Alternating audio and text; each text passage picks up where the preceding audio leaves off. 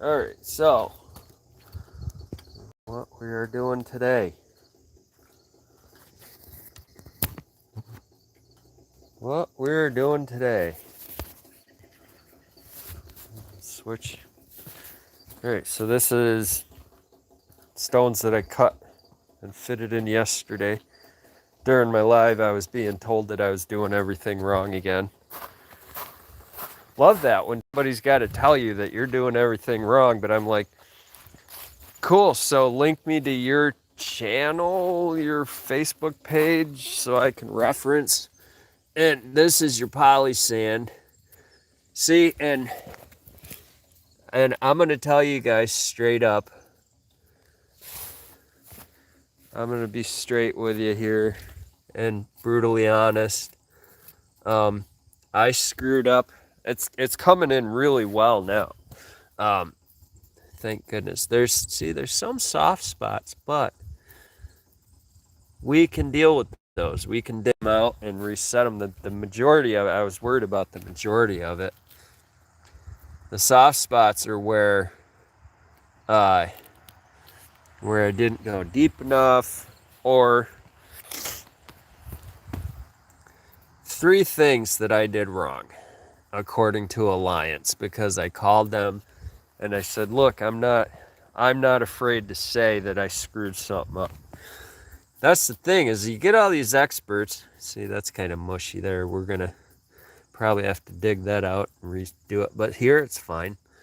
And this is after all night and all day rain. Oh, that's looking pretty good. It's looking a lot better than it was a week ago. You see where worms are coming up. Well, the problem is, when I showed up to this job, this was all graveled in, dug to depth. I didn't have anything to do with any of that.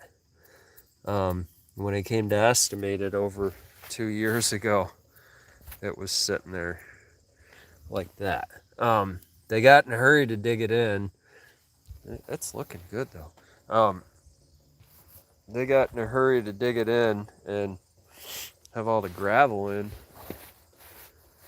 but they weren't in a hurry to wait for, or to, when I said, well, it's got to have underlayment, it's got to have a stabilization fabric. That's how I do everything. I don't set on loose base. It's a loose ag base that they put in. I said I can do it, but normally I don't do that. So we don't have fabric. It's a different base than I'm accustomed to working with when I'm doing things like sanding. I said, if you're sanding, you want everything tight. You want it.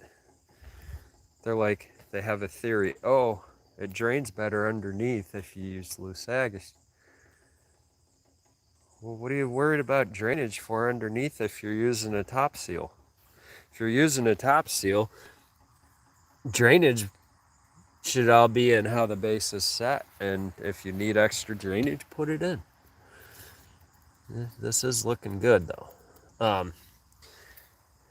But then, and we're getting issues with worms coming up, showing up. There's actually holes. You saw one where the worms are poking. They're drowning below, and they're they're coming up through the loose ag and peeking out to breathe. And then they get cooked on the stones. There's a wormy spot. Well, I did three things wrong on my end. This is all a collaboration. I mean, it's not horrible. It's a beautiful job. It's done. We're not going to tear it up and redo it 100% my way to standards for this type of top seal. I felt like I had some looseness with decision making here too, and I was like, well, we'll get two different types of poly sand and mix it, like from the same company, G2. We'll get two different versions of the same sand and mix them together. And and I'll fatten it with some gravel or some grit. I'll fatten it a little bit. Um, that was my decision to do that. And essentially, it's a uniform based material that doesn't, they don't make it for those kind of things. But as a mason, I've always done those kinds of things. So I said, I always make my own mortars and I always use, my own ag. You can see an old shoe print from like last week, but now it's looking pretty good. And again, this is on a full over 12-hour soak. Now it's all firmed up. Last week you could pretty much scrape it and pull it apart, poke your finger through it. So it's firming up. Onward and upward, I called Alliance, found out why. Like this soft spot here is definitely not deep enough. He said you need a full 2 inches of depth. Or 2 probably not deep enough or whatever. He said get a full 2 inches of depth. You see we're getting a little shed off there. But it's still, when it dries out, it hardens up again. So it's a shed off material, which means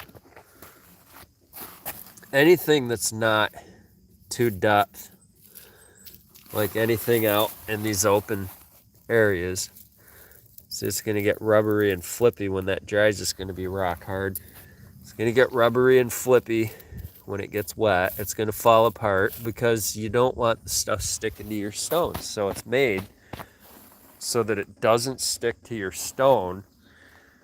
But if you get a full 2 inch by whatever your joint width is, then that will stay solid.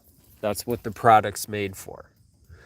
Now, this is a problem that we're having because of no underlayment, which, in hindsight, yeah, when I show up to a job, I should say, well, if I don't do it the way that this is mud coming up through. That's where a worm is coming up through.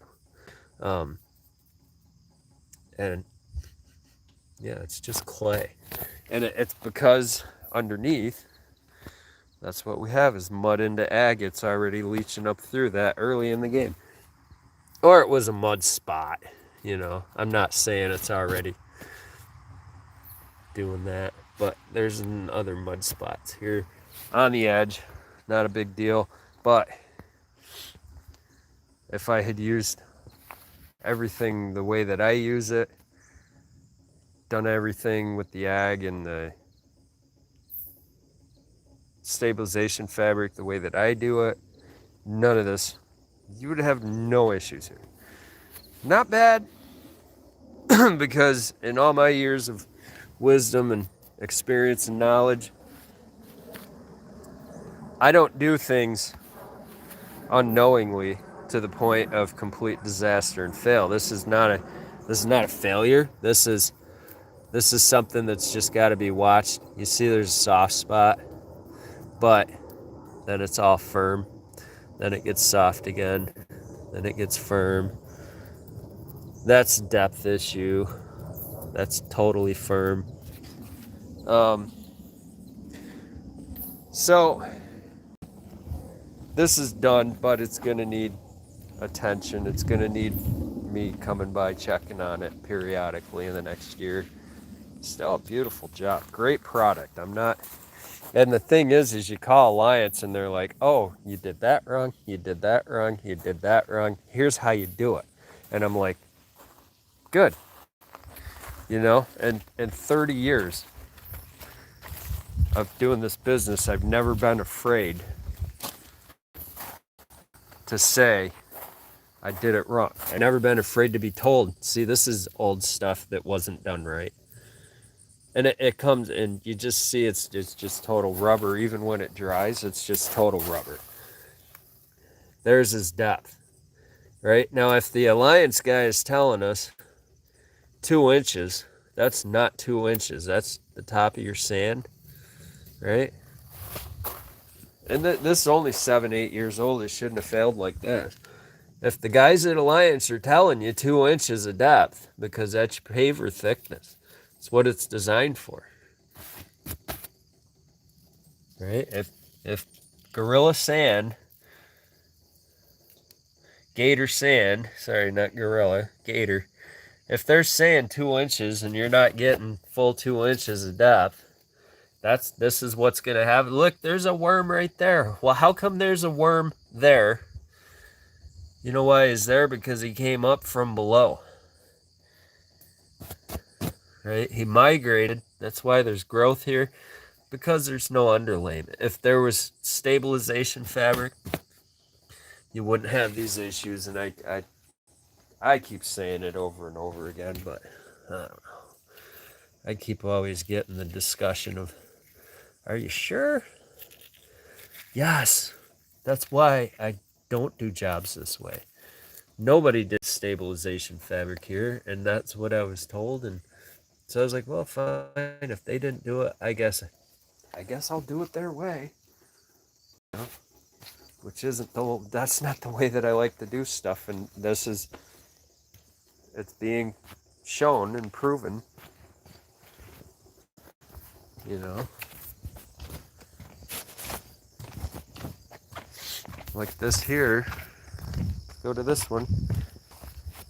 I gotta reset this area. I gotta freaking see some of his held up, and see he mixed, or he used the stony stuff.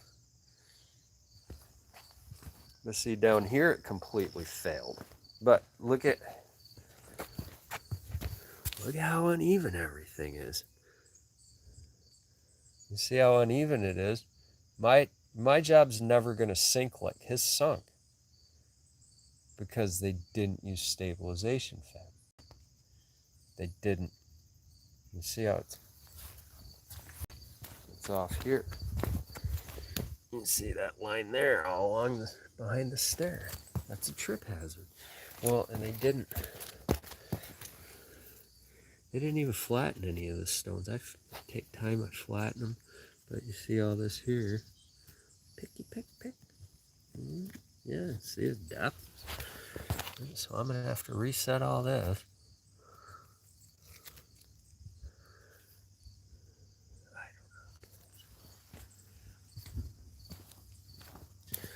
Yeah. And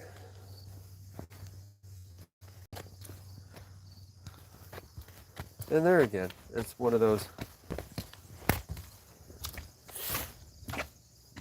You see, they did a good job out here for the most part. This area mostly held up and did okay. But now we know why, when joints look that way, why. Because at Alliance, they said, you see, they're nowhere near 2-inch depth. Which is, I mean, I'm not saying that I wouldn't do this. But see, this is how, when you do a stone job, this is how you prep for the sand. Is you kind of pressure wash out, you get your depth. You get them about that deep, and you go, oh, that's good enough. You know, you get them about that deep, and you go, oh, it's good enough.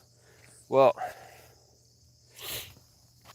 that guy's stuff sunk over there because he didn't even tamp. They're like, oh, we don't even tamp our bases in, but we're the best in there. Well, yeah, 5 years later you come by, because you didn't tamp nothing, your stuff's all sunk in. Every single job that I do, I even have this problem. I have this issue at the barn. When I'm doing dirt work there, I'm doing anything for the owner of the place at the barn. This is where I rent. This is where my shop is. When I'm at the barn and I'm doing dirt work and I'm like, well, okay, then I got to come in and tamp this. He's like, why? Just drive over it. It'll all compact down. And then a year or two later, you got all these big divots and you got stuff sunken in. And because as you're pushing and you're leveling, not getting a consistent, solid, perfectly consistent material. You've got big stuff, you've got small stuff, you've got sand, you've got clay. That's why you tamp, because tamping will even everything out.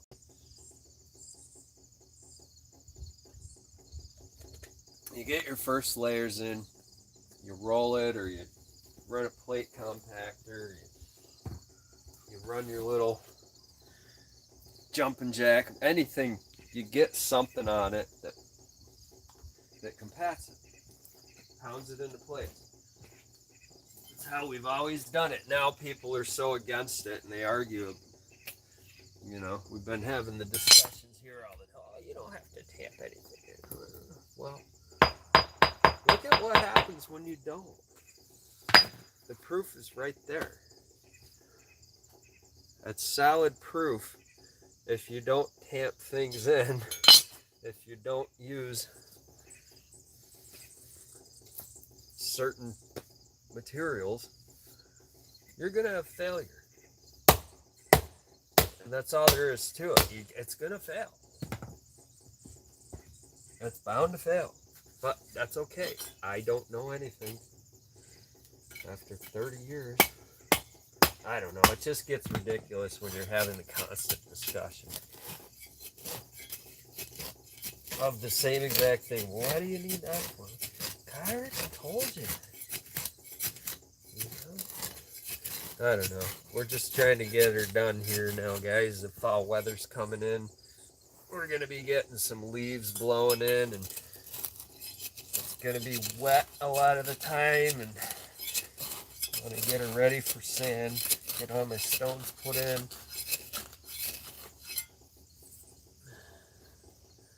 Have her ready for sand.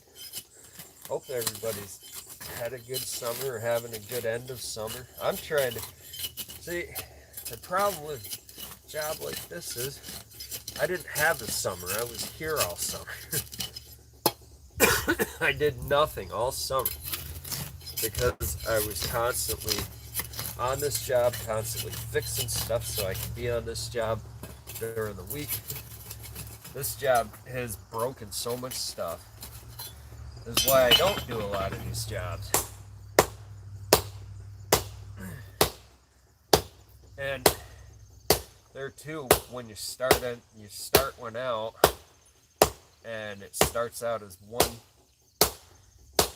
or 2 months estimated that you're going to be there, and then it ends up being 13 months. Well, because of winter, but you know, I can't change the weather. But still, the whole thing, you keep adding and keep adding and keep adding and keep adding more stuff. Can we do this over here? Oh yeah, we can do that over there. So yeah, we're just trying to get done and trying to get out and trying to get on with my life. I've got nothing done this year. Nothing for myself. I'm always doing for other people this year.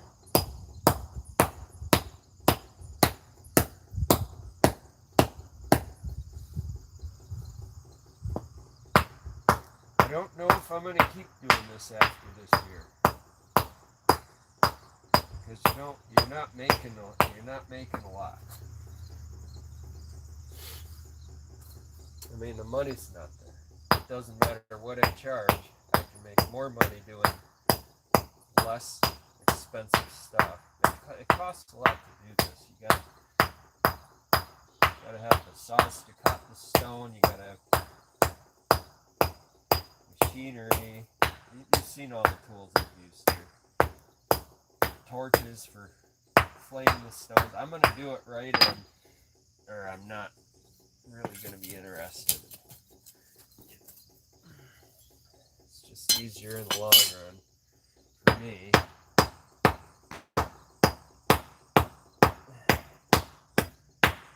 And the goal is to get to where, if I'm gonna do this, I'm fabricating stuff out of my shop more.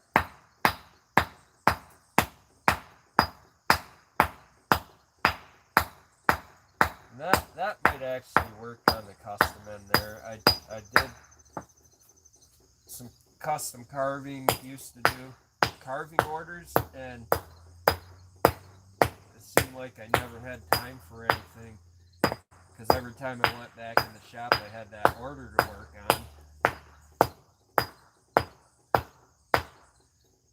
and orders take a long time to get done. I don't know if any, I mean this is kind of custom, but only so that I'm present. I'm having to show up every day. If I'm not here, I'm thinking about it. If I'm not here, I'm fixing stuff so I can be here. If I'm not here, I'm spending money on stuff so I can be here. Everything revolves around this.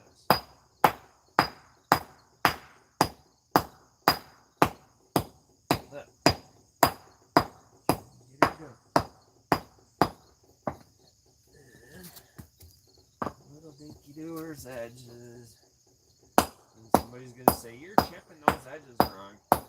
Okay. You're doing too much. I wouldn't do that.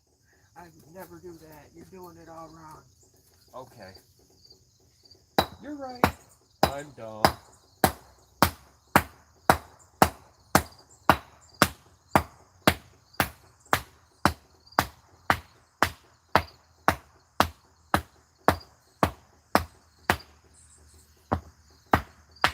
Oh, there, I broke the corner. You guys happy? Hope you're happy with yourselves. You said I was going to do that, and I did it. But you know what? It don't really matter. I'm just going to keep going here. Don't gotta worry about it. Corner. G2 will fill that. G2 will take care of that. That's what they pride themselves on. We're an expert brand company. No, they're really cool people. I talked to that guy for a while at Alliance, and he gave me a lot of good info. That was the whole point of the whole thing. Calling him and trying to get info. He had a lot of good info for me. I might cut a piece there and put a triangle in. I'm not sure. That's not gonna ruin it if I do, because it's not too small of a stone to fix. So, I don't know. We'll go back. We'll see. We'll get it leveled today, or whatever. We'll work on leveling it. There. I want to see some mean comments. I want somebody to say some mean stuff. He's doing that. I want him to get really mad at what I'm doing. You're doing way too much. It's driving me nuts, man.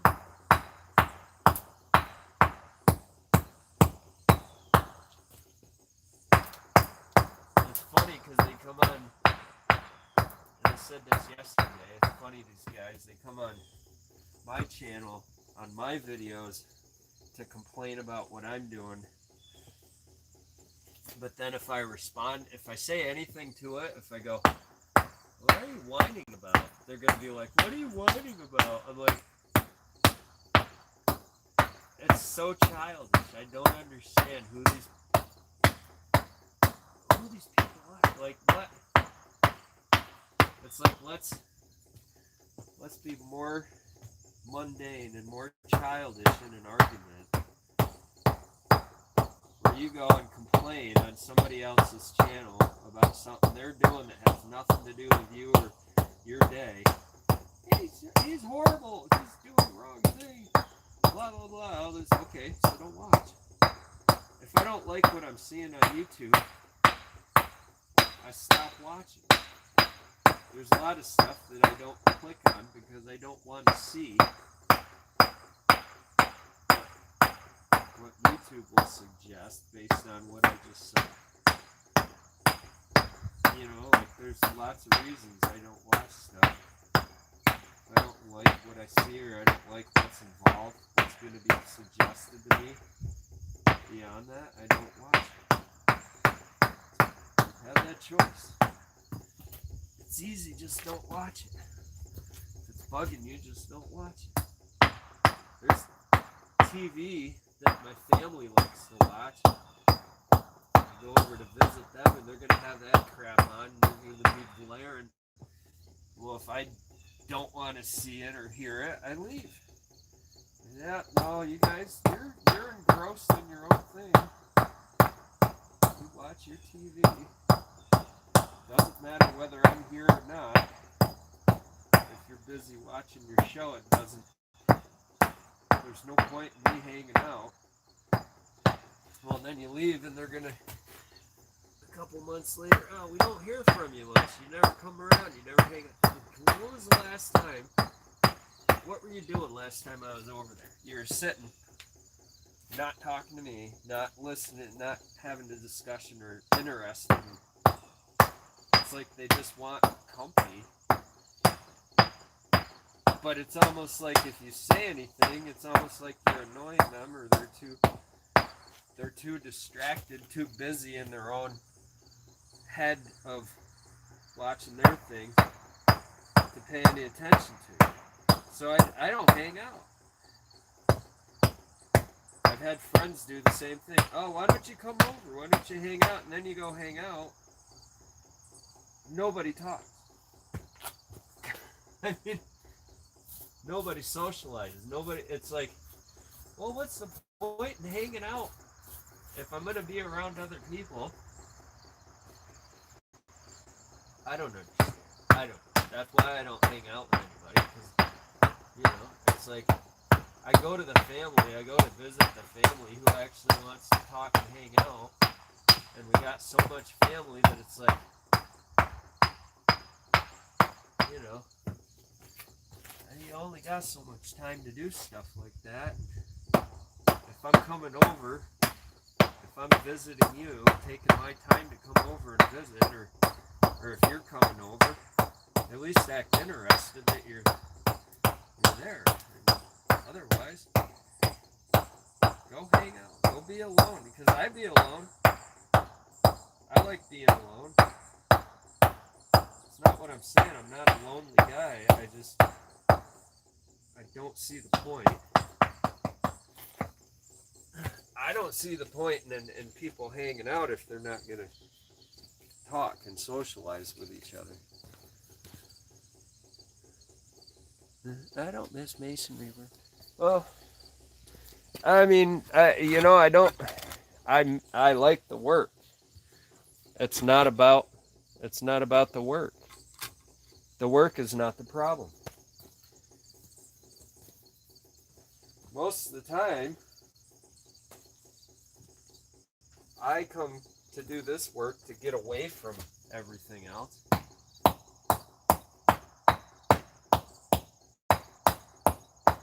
Because I got so much other stuff going on. I mean, I take these jobs because I like to work. I don't take these jobs because I don't want to work. If I want to earn money and not do a lot of work, which I can do, I go sit in the car and I do deliveries all day. The problem with that is I might be making good money, but then I feel like, okay, I made good money, but I didn't do anything all day. I feel worthless. Well, not worthless. I just feel like I wasted a lot of time,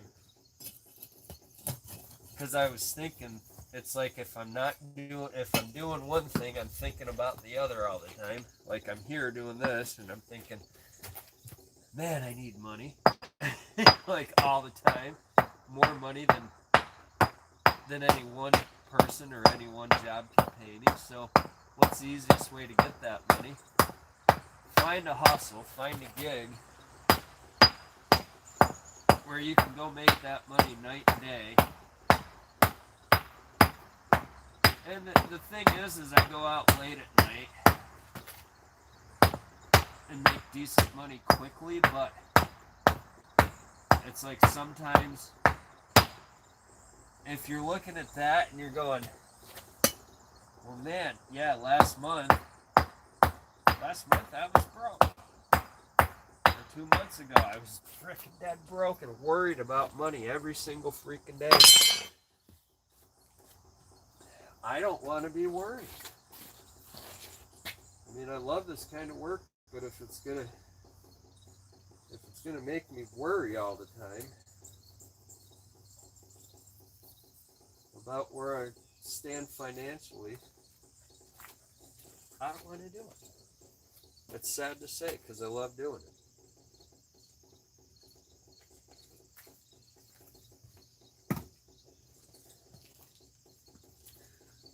You know, it's like one of those relationships you're in where you really like the person, but it's killing you. It's killing you every day. It's just killing you. You know? Really, I mean, I've been in relationships where really like each other and want to spend all our time together, but you can't do that. You still got to go work.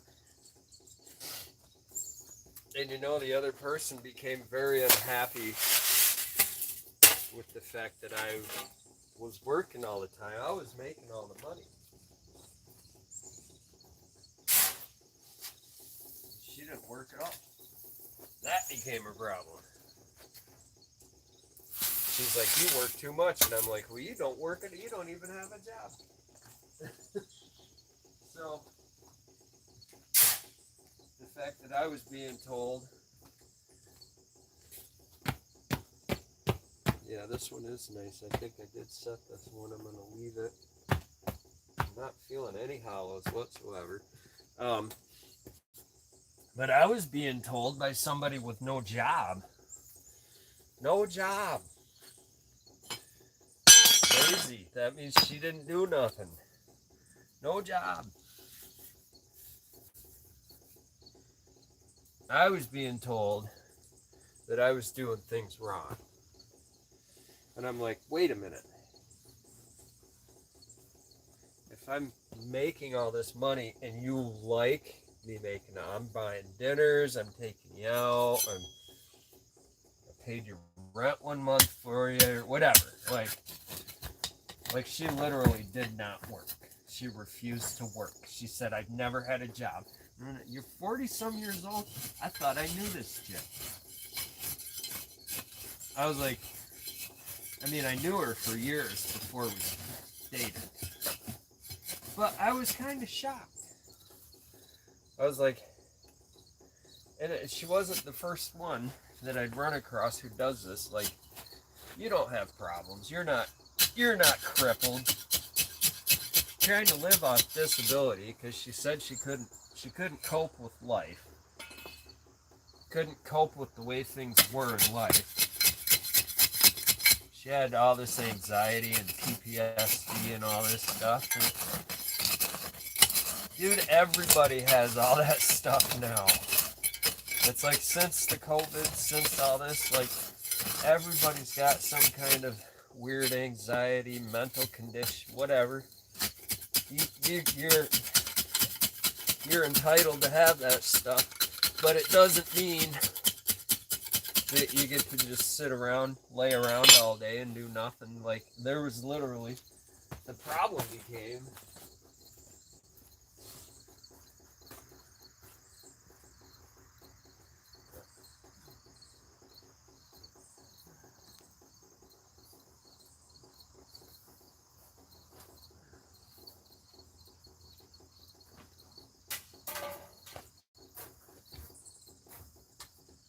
oh, I'm going to need that, maybe. Maybe.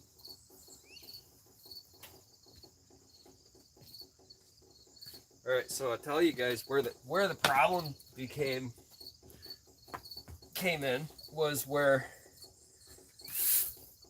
you know, I was working. I would have to get up early and go to work, and I'd be like, had a great night, you know, and I'd be texting here and there and checking in. Wouldn't hear from her. Wouldn't hear from her at all. She was weird in that. She would just disappear. Oh, I had to have tech free time. Oh, and she became really like, it became really uh, labor intensive. Became a labor intensive relationship where it was like all these conditions, all these things, all these had to have tech free time. Could not touch the phone because I'm on the phone doing business all the. I'm like, you don't do business. What do you do? I'm writing. I'm doing this. I'm working on that. I was like, but you don't do anything. I'm busy all day. She say, I'm busy all day, and then, you know, finally get in touch with her. End of the day. Oh, what's up? How was your day? Oh, it was awful. I had such a hard day. Why? What'd you do all day? It was, I had such a hard day dealing with myself. Like, she'd just lay around. I was like, get help, dude. But the whole thing was that she was fine around me. That it became this like, so you're fine. You act absolutely normal, absolutely healthy, and motivated when I'm doling out the cash. And it became like, seriously, I'd be like, well, let's go out to dinner. Let's go shopping. Let's go get this or that. And it was like, it became this like all the time. That was our only quality time together, really, was going out and spending my money. She had no money because she didn't work. And it became this like, where I was helping her. She was doing like clothing, some vintage, what do they call it, vintage pop-up, like, okay, all right, you know, I'll help you out, I'll support you, you know.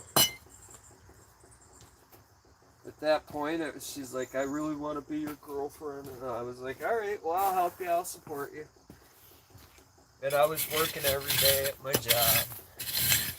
Then I was taking her shopping at night, or on the all weekend. We would go thrifting.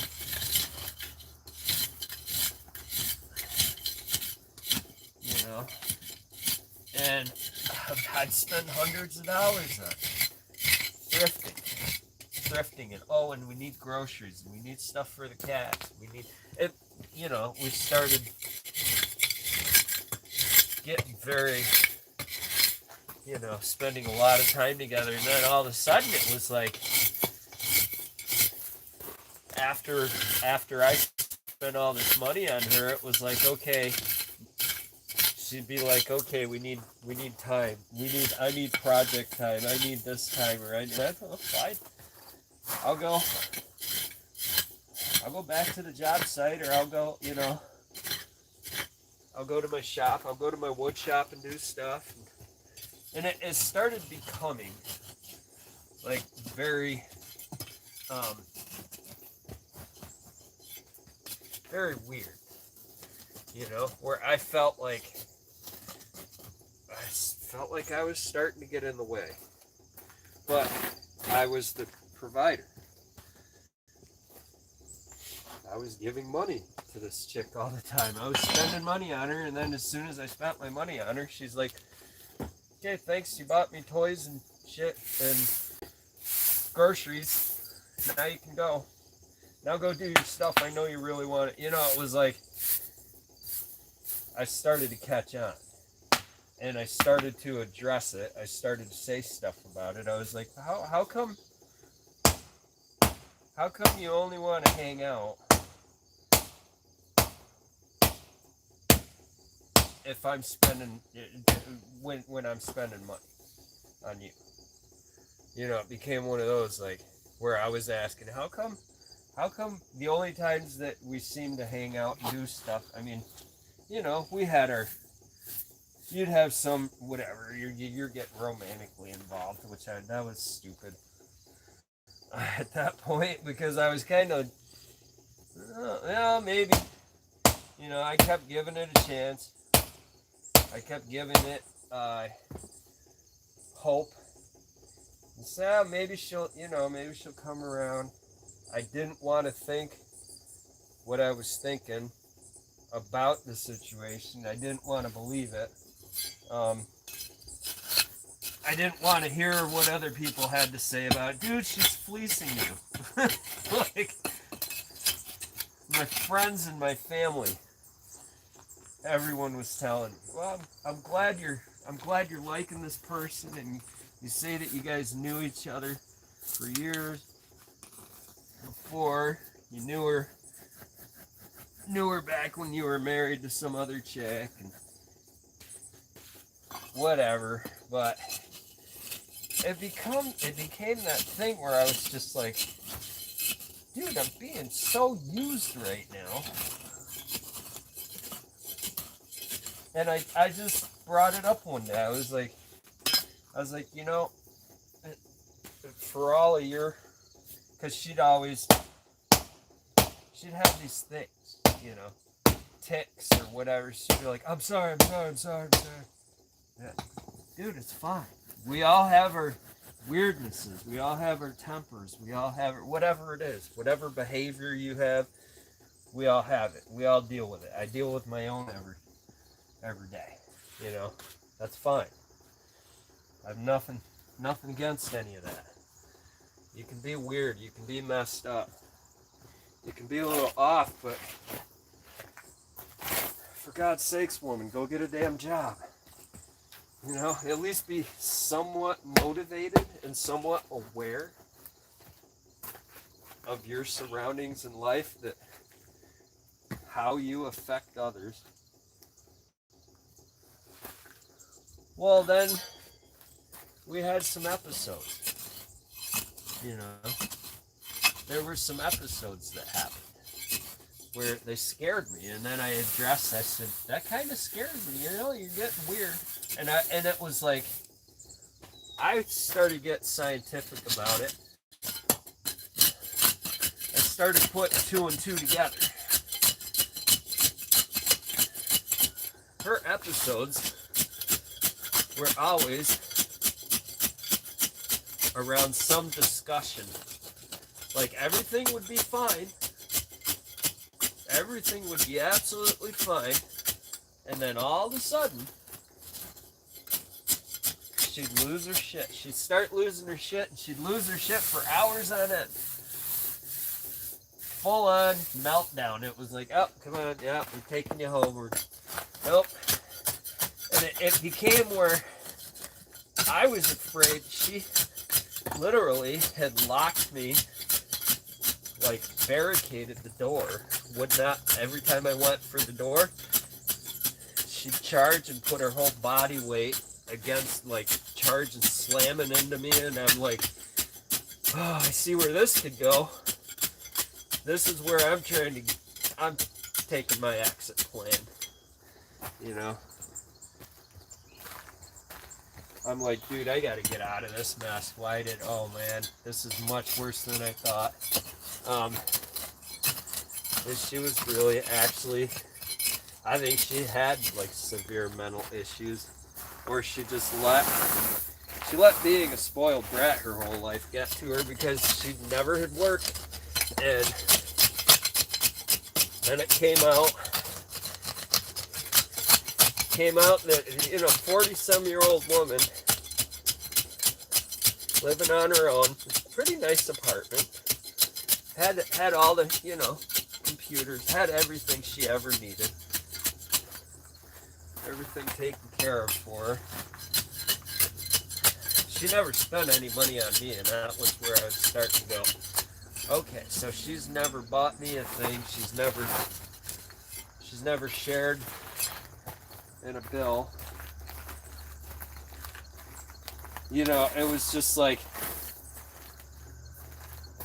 I was getting fleeced. I was getting hung out to dry.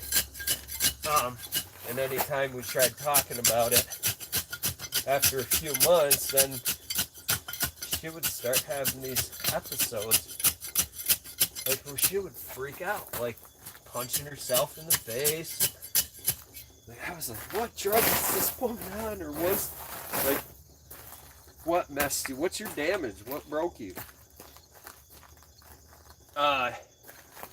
But that was the whole thing that it became, was like, I'm just sitting there watching the train wreck. And like trying to get out. I'm like, dude, I can't put up with this. I'm not here for this.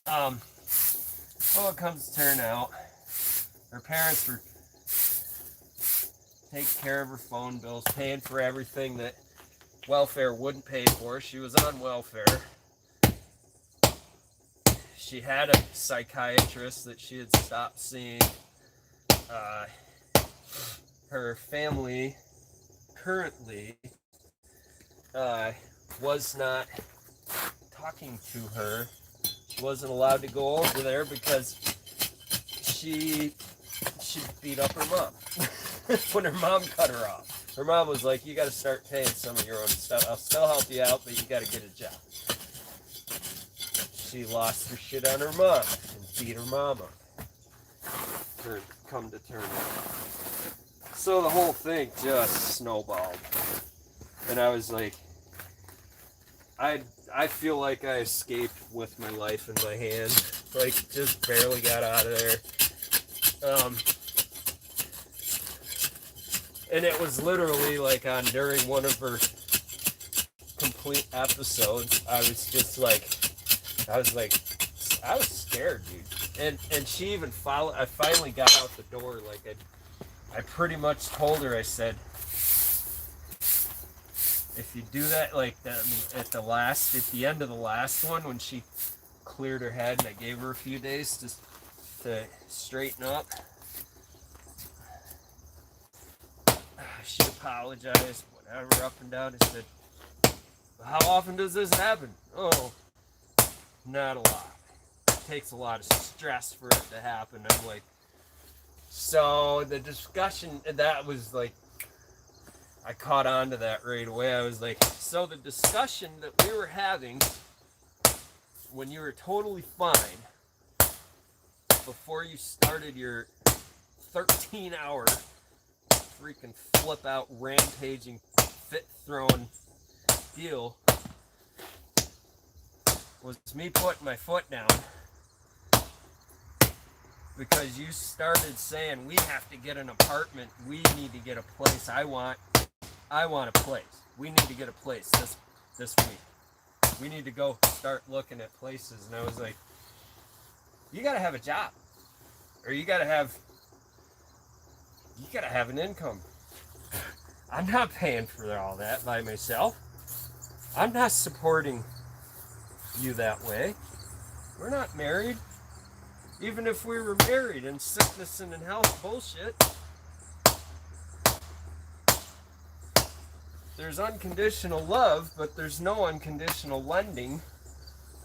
If I'm lending you money, I should be building you up by giving you money or time or whatever. If I'm helping you out, I should be building you up. It should not be getting worse. It was getting worse. Because every time I'd say, like, well, what are you going to do to contribute?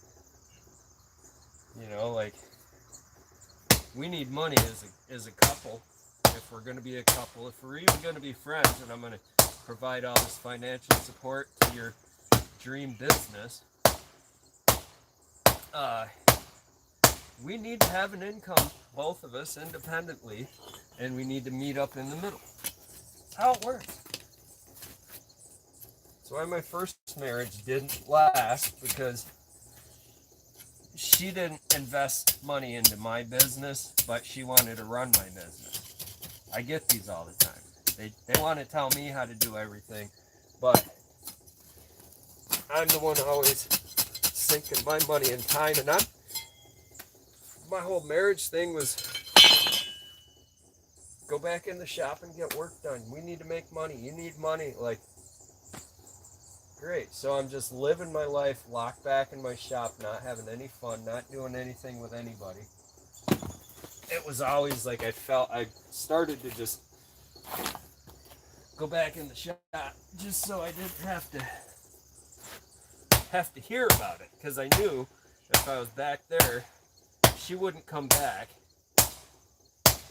I'd get something done,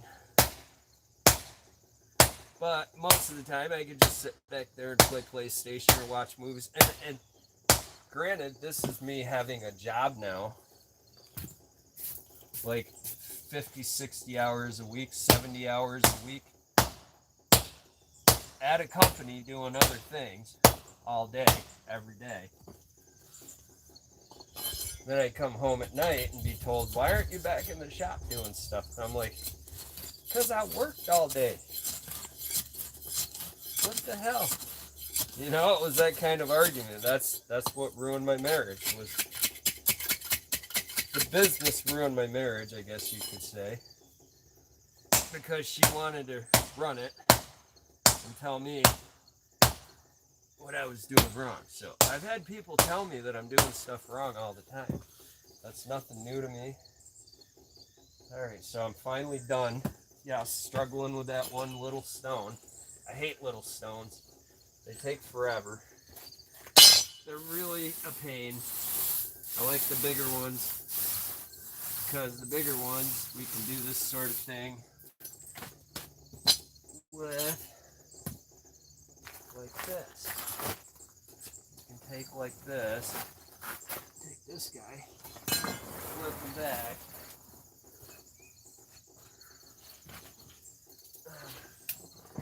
So, yeah, it always comes back to that. Are you guys bored listening to this?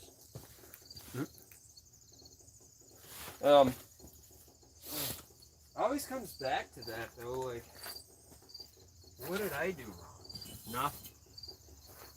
I was dumb enough to assume that working and being honest was gonna get me through life. That's what I did wrong. And I don't joke when I say that. I really mean it. I was dumb enough to believe that just working and being honest and staying out of people's hair was going to get me through in life and keep me out of trouble. But it hasn't. It hasn't at all. So if I can find ways, personally, if I can find ways to make money and do less involved, I like that, because then I actually get some free time in my life. When I get free time, I go off and disappear, or I go visit people who I haven't visited in a super long time. You know,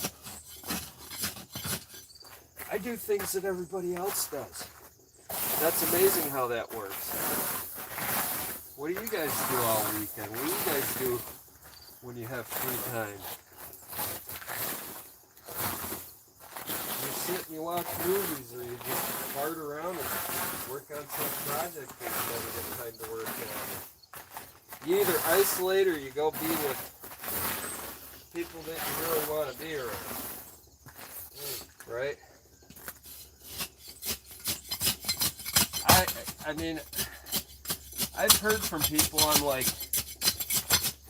friends of mine who are much more successful than me, and they're like, I'm just afraid of being bored.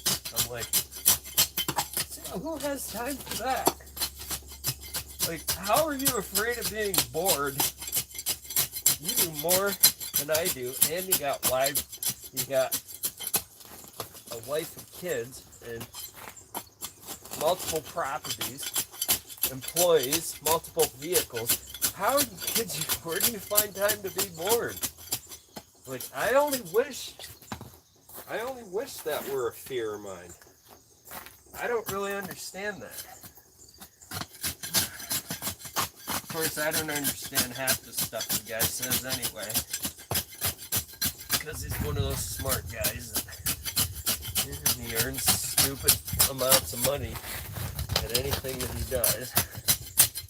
He's really successful and smart. He's a mechanic, he's an inventor, he's a businessman, you know, he runs a company, he's got employees, trucks. But I don't understand how he would say one of my biggest fears is boredom. I'm like,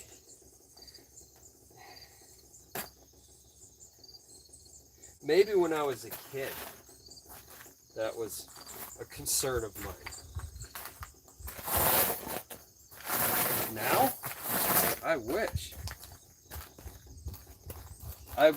like, there's days where I'm sick or not feeling well.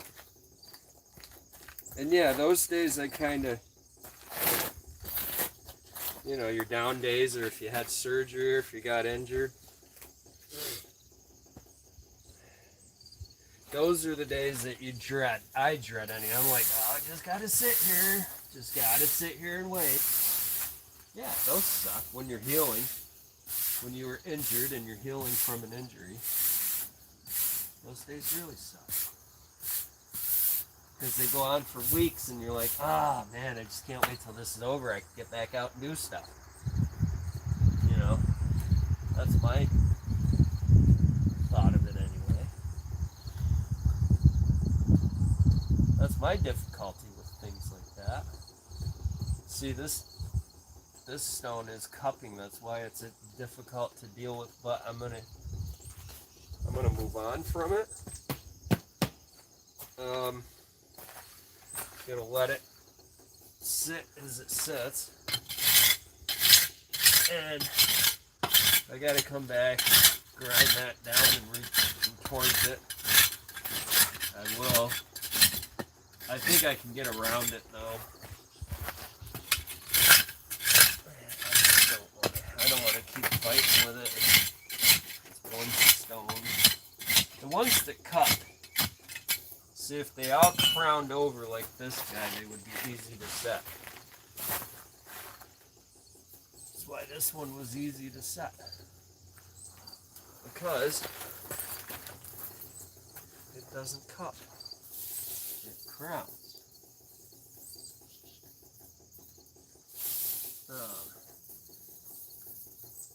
Yeah, I don't know.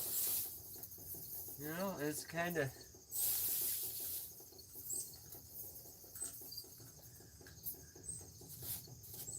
kind of a double-edged sword when you're trying to do stuff. But then, you always got some resistance.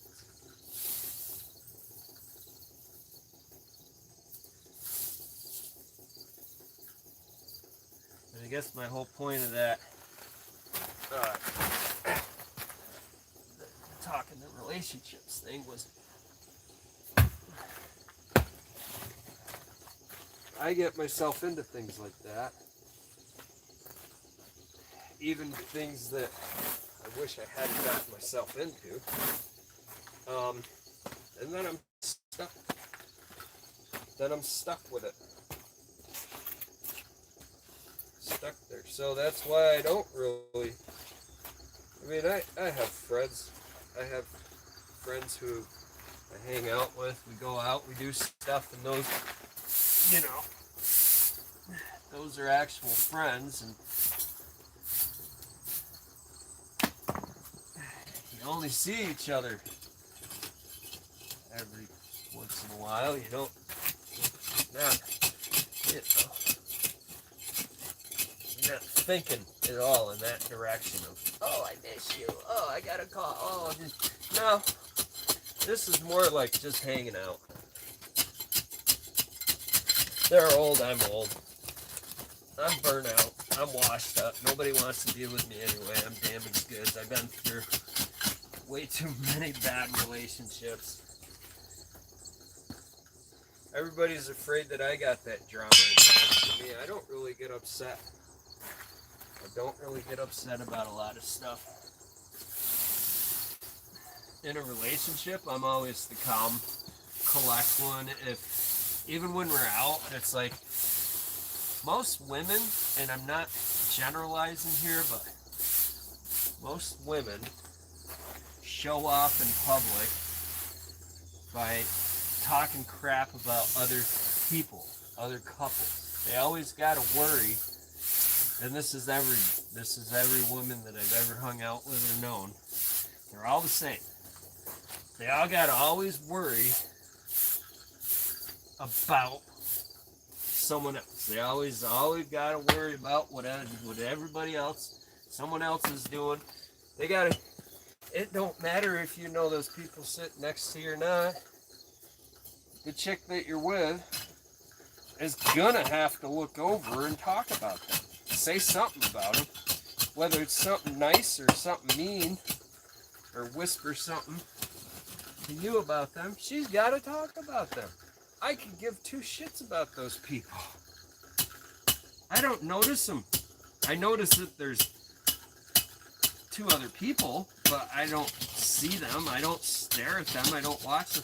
But why is every woman, and this is my beef and fear with being in a relationship.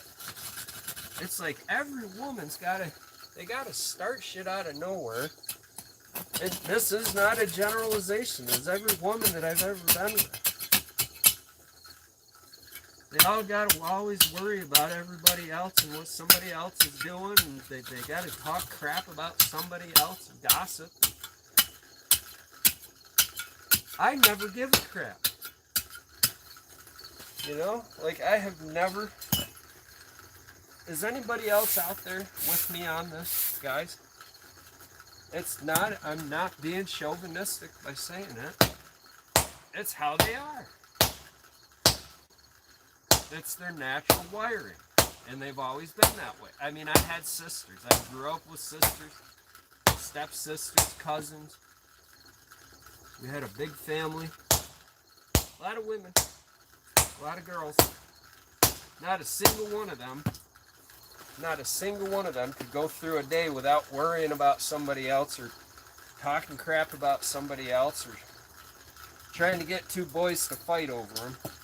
That was always the thing. That was always the drama around our camp of things. Even the schools I went to, there was always a girlfriend would talk crap about somebody, and then that somebody would get mad, or the boyfriend would come up and, yeah, my girlfriend said this and that. And, dude, your stupid girlfriend, I got no one. She's ugly. Like, I'm not into your chick. She might have said that. It don't mean nothing. Did you personally see me? Because at one point in time, that girl and I were actually friends in school. You know. But she wants me to like her. She wants me to want her. You know. They all do it.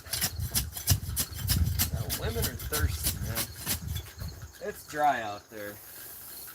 Chicks are thirsty. I'm going to say it flat out. It's dry out there. The chicks are thirsty. Y'all got to watch it. Y'all got to watch what you say or do around them. Good, I can say what I want about them in general because that's how I feel about them, and that's the only experiences I've had with them, especially me being me. They just use me. I'm no good to them except to be handing out the money and taking them out and being nice to them and being more of a friend to them than their own boyfriend would be. and I mean that as a friend, not as a boyfriend. I mean being a real friend, you know, treating him with respect and listening to him. But when you listen to him, all you get is bullshit. Damn it.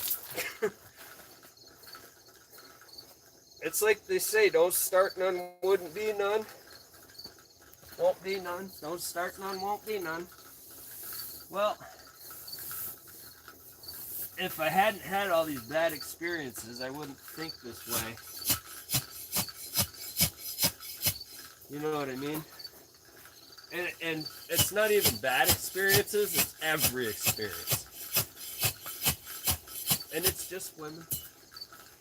You know? It's just females. That's how I feel about them. That's the only experiences I have with them is I'm always this, like, listener. I'm always the listener, and I'm always hearing about all this crap that I don't really give a crap about. Show me a woman who don't mistreat me as a man, who doesn't see me like they go, oh, you're just like one of the girls, you're a great friend. I'm like, I'm not your bitch. Like, that's all I'm good for? Damn, that's where I stop hanging out, because I'm like, there, I'm either good for doling out the cash or good as a shoulder to lean on, because nobody else wants to hear it. And I'm not saying all women, like, as a species or that. I'm sure there's ones out there that don't get into that, but all the ones who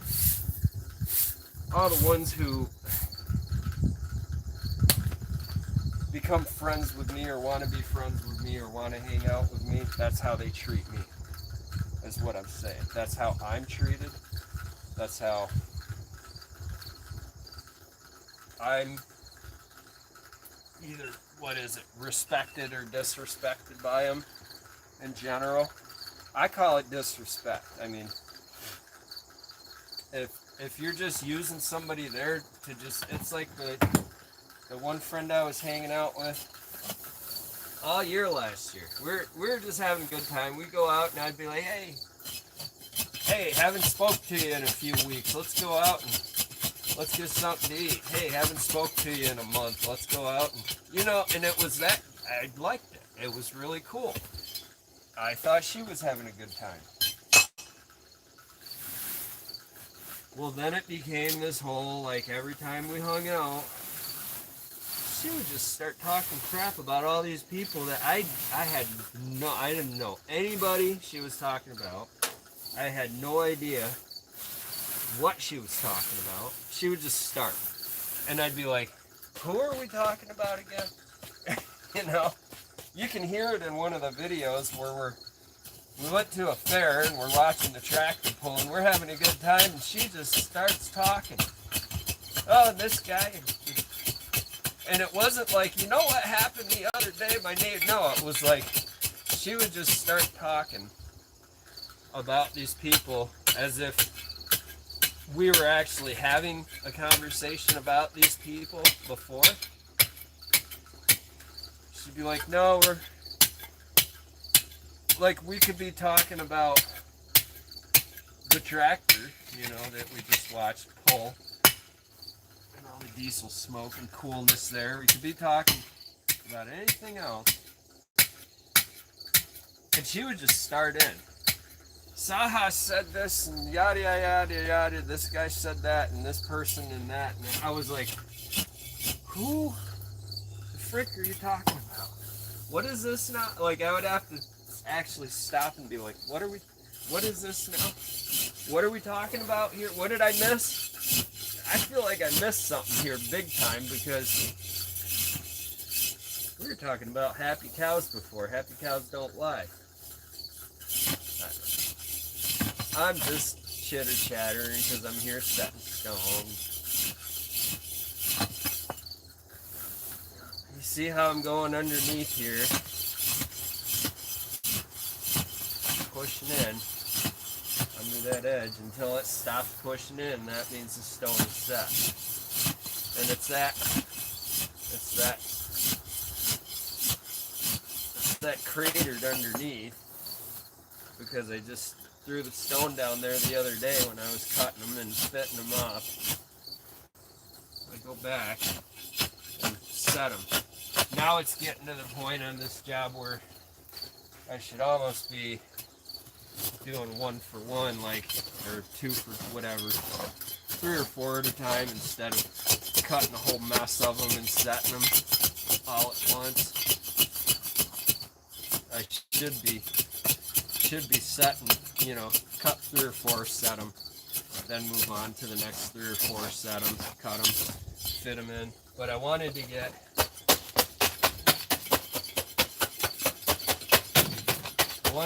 to a certain point before I did that. Oh, there goes my GoPro, falling on its head again. Falling on its head. The old Goey Proey. GoPros are alright. I think they're a cool invention. I mean, whoever came up with the idea really was on the right track. I just wish that they had considered more for the workers than just for as a sports camera, like a toy. It's not. It's like with all of us out there making content, and they still make it too much like a toy. It's like, here, you can do this. Well, that's kind of hard to do that while I'm doing all this other stuff. I just need a camera first. I wish I could afford to hire one. That would be great. That would be a good day. So I'm going to leave this guy where he's at because he's pretty well set. I want to lift this one and check under it. Pretty satisfied with where this level comes out here. Could adjust it. I could stand to adjust it a little bit. But yeah, okay, so I could take it back. I could say I was wrong. Not gonna say it's all women. It's just the ones that want to be with me, that want to hang out with me. I'm either a meal ticket, or I'm like this. I'm like a microphone where they're just recording everything, and they're just talk. They just talk at me. I don't even need to be there. I could make a dummy of myself.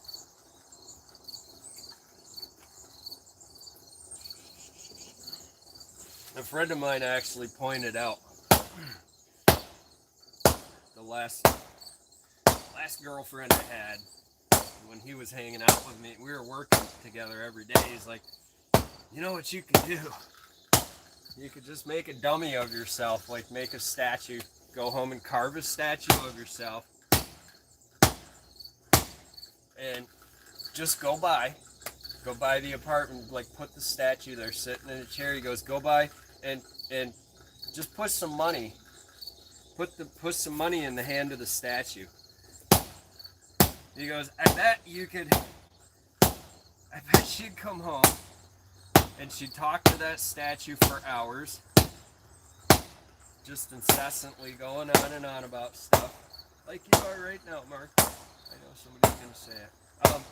But she could be, that statue could be there for hours. She could even sit on its lap, give it a lap dance, and as soon as oh, there's the money. That's what she was looking for. As soon as she sees that, like, have it here, you know, like kind of just starting to pull it out of the pocket. He was right. I was like, dude. He goes, that's what it sounds like to me. It sounds like you're just her meal ticket. And that's all she wants you there for. I was like, I hate to say it. I hate to agree with you on that, but yep. I think I thoroughly agree with that. Sadly. I hate it when my friends are right about those things. Because I try to think of it as different, and it just seems like Hey. I'm on a call right now. Okay. So I thought, but she I was on Yeah. this long call. I thought she wanted to come out and say hi. No, she can be out. Yeah, she's marking. Hi, puppy. She's marking so tired. It's not pouring rain right now, so. Right? What are you doing? Nina. I hate to say it, but find better women. Where? The only good ones are ones that I don't date. But those seem to be the ones that don't give me problems. Find better women. How about you stop being a chump for everybody? Like, how do you do? I've never been good at relationships because they always seem to not work out. That's why I haven't been good at them. No, but like my friend said, he goes, dude, you could just carve a dummy of yourself and leave that there, and she just come home until she sees the money, and it's all good. She loved you. You know, and I found that pretty dang hilarious. Hi, Nene. What are you doing, puppy? The dog's out, of course. Yeah, somebody says, "We'll find better women." As if you just go out, it's like finding a job, right? Just find a better job. Man, you're the same type of person that would sit there and cry and piss and moan that you're broke because you can't find a good job, but you're telling me to go out and find better women. Like you can just go out and, like an old caveman, and club them over the head. Ha! You come with me. You know? Like, people say the dumbest thing. That was a pretty stupid thing to say. Find better women, question mark. Yeah, no shit, Sherlock. Find better women. Oh, gotta love doing these live feeds sometimes.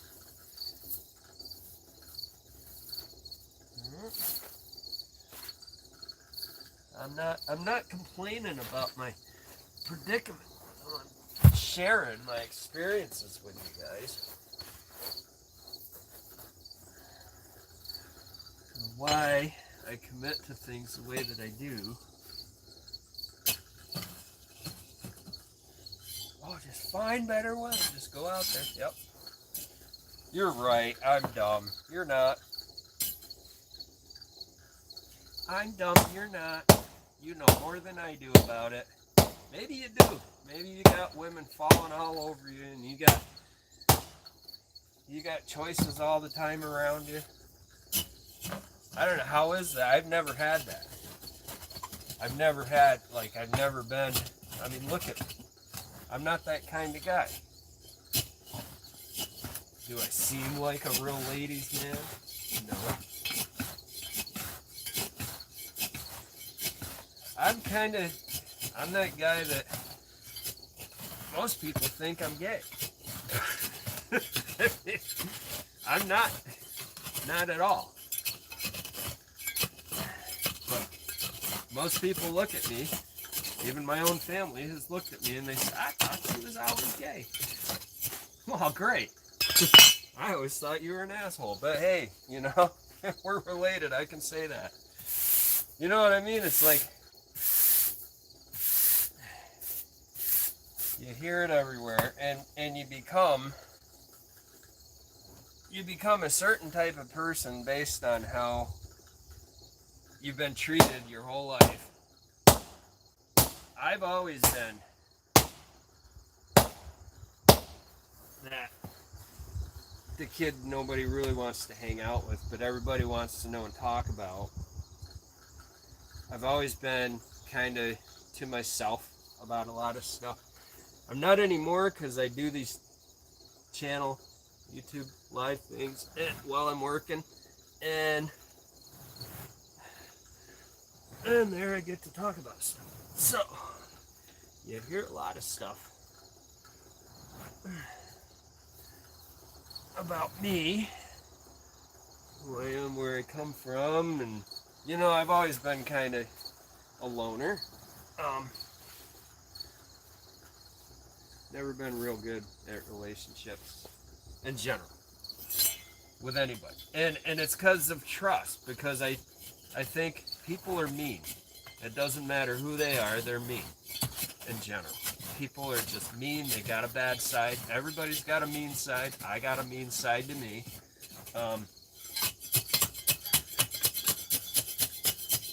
Every day I walk around the face of this planet not wanting to feel bad or feel guilty for who I am or thoughts that I had. I want my thoughts to be good. I want my thoughts to be positive. So see, we're going here. You heard some stuff that you might sit there, oh, he's whining, he's crying, he needs a friend, he needs a shoulder, find better women, like whatever. You all gotta have the answer. I don't have the answer, and I don't really care to have the answer. This is my answer for now. I know, it's really sad. You know, I have no life, I have no ambition in life but to do things like this. But it's something that it's keeping me occupied. It's keeping my mind occupied. It's a little bit of side money. Yes, I could do this all day. If my bills were paid every day, I could do this all day. And that's why I've gone to work for companies doing this. But what happens there is you become manager, supervisor, babysitter. You become stressed. I don't like doing this when I'm stressed out. I don't like doing this when I'm worried about paying my bills. Because I don't like doing anything. I just want to, when I'm worried about that stuff, I want to be taking care of that stuff. It'd be great if I could actually make really good money at this someday. Or if the old YouTube channel took off and was actually covering my bills and my expenses, and then I could be like, hey, we're going to make videos every day for everybody to watch and enjoy. Because I can afford to do that. You know, it takes a lot of investment. It takes a lot of time to do YouTube channels for you guys. Do YouTube videos and have an audience and worry about what they think of you and worry about whether they're going to watch you or not. I kind of given up on that too. I kind of said, you know what? I don't care what people think about me. I don't care what they say about me. I never really have. So I'm just going to do whatever I want to do with my channel. It's my channel. I own it. I built it. No, none of you helped me with my channel.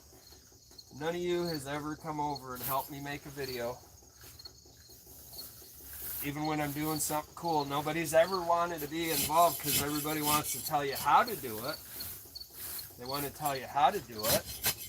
You should do this, you should do it. And I'm like, no, I shouldn't. You should go do that. Right now, though, you offered to be here to help me.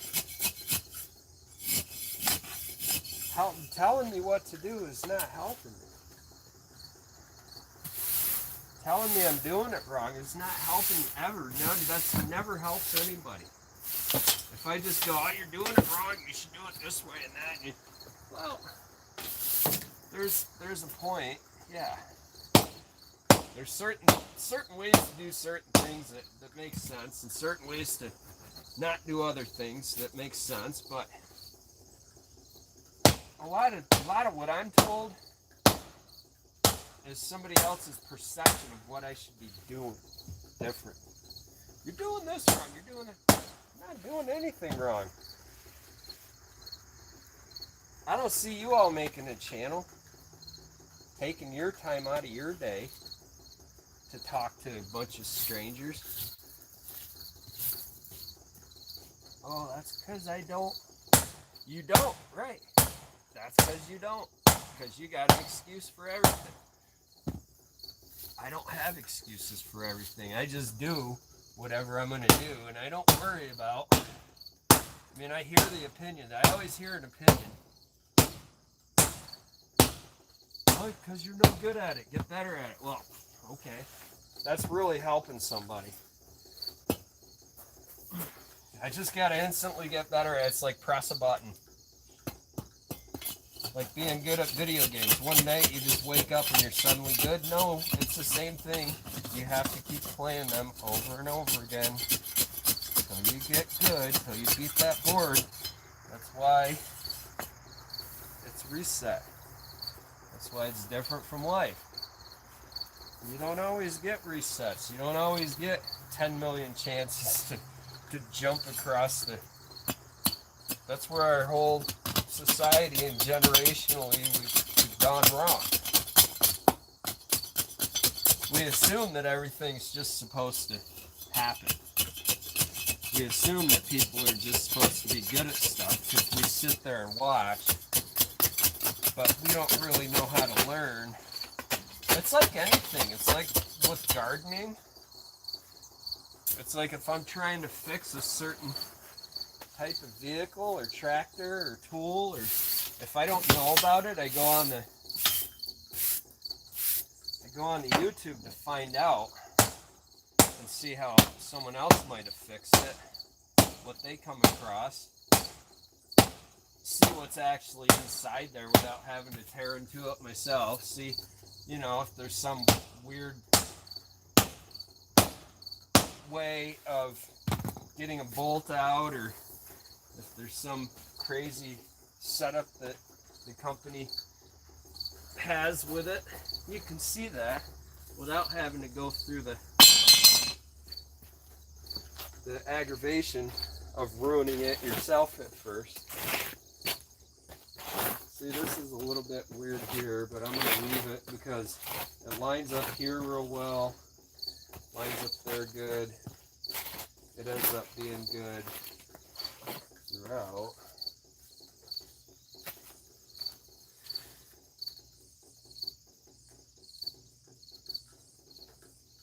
Thanks. You train people how much? You come work for me. I don't know. Do I train? I would love to. I would love to get paid to teach people how to do this. Are you inviting me to start my own school? Because if you're telling me that you want to be a student of mine and you're going to pay me to teach you how to do this, yeah, that'd be cool. I'd do that in a heartbeat. I'd start my own school. I mean, it's not exactly what I see in the future for this, but it might be. I'm not at all beyond trying different ideas and doing things out of the box like that. That's a cool idea. So I should start a school.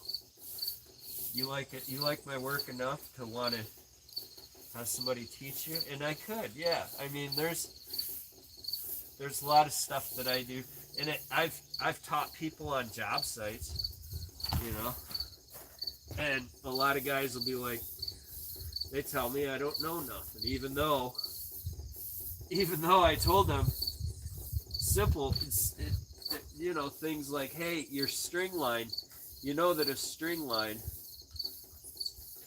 is not meant to be leveled off of for your final set. Your string line's always gonna smile. It's always gonna have a sag.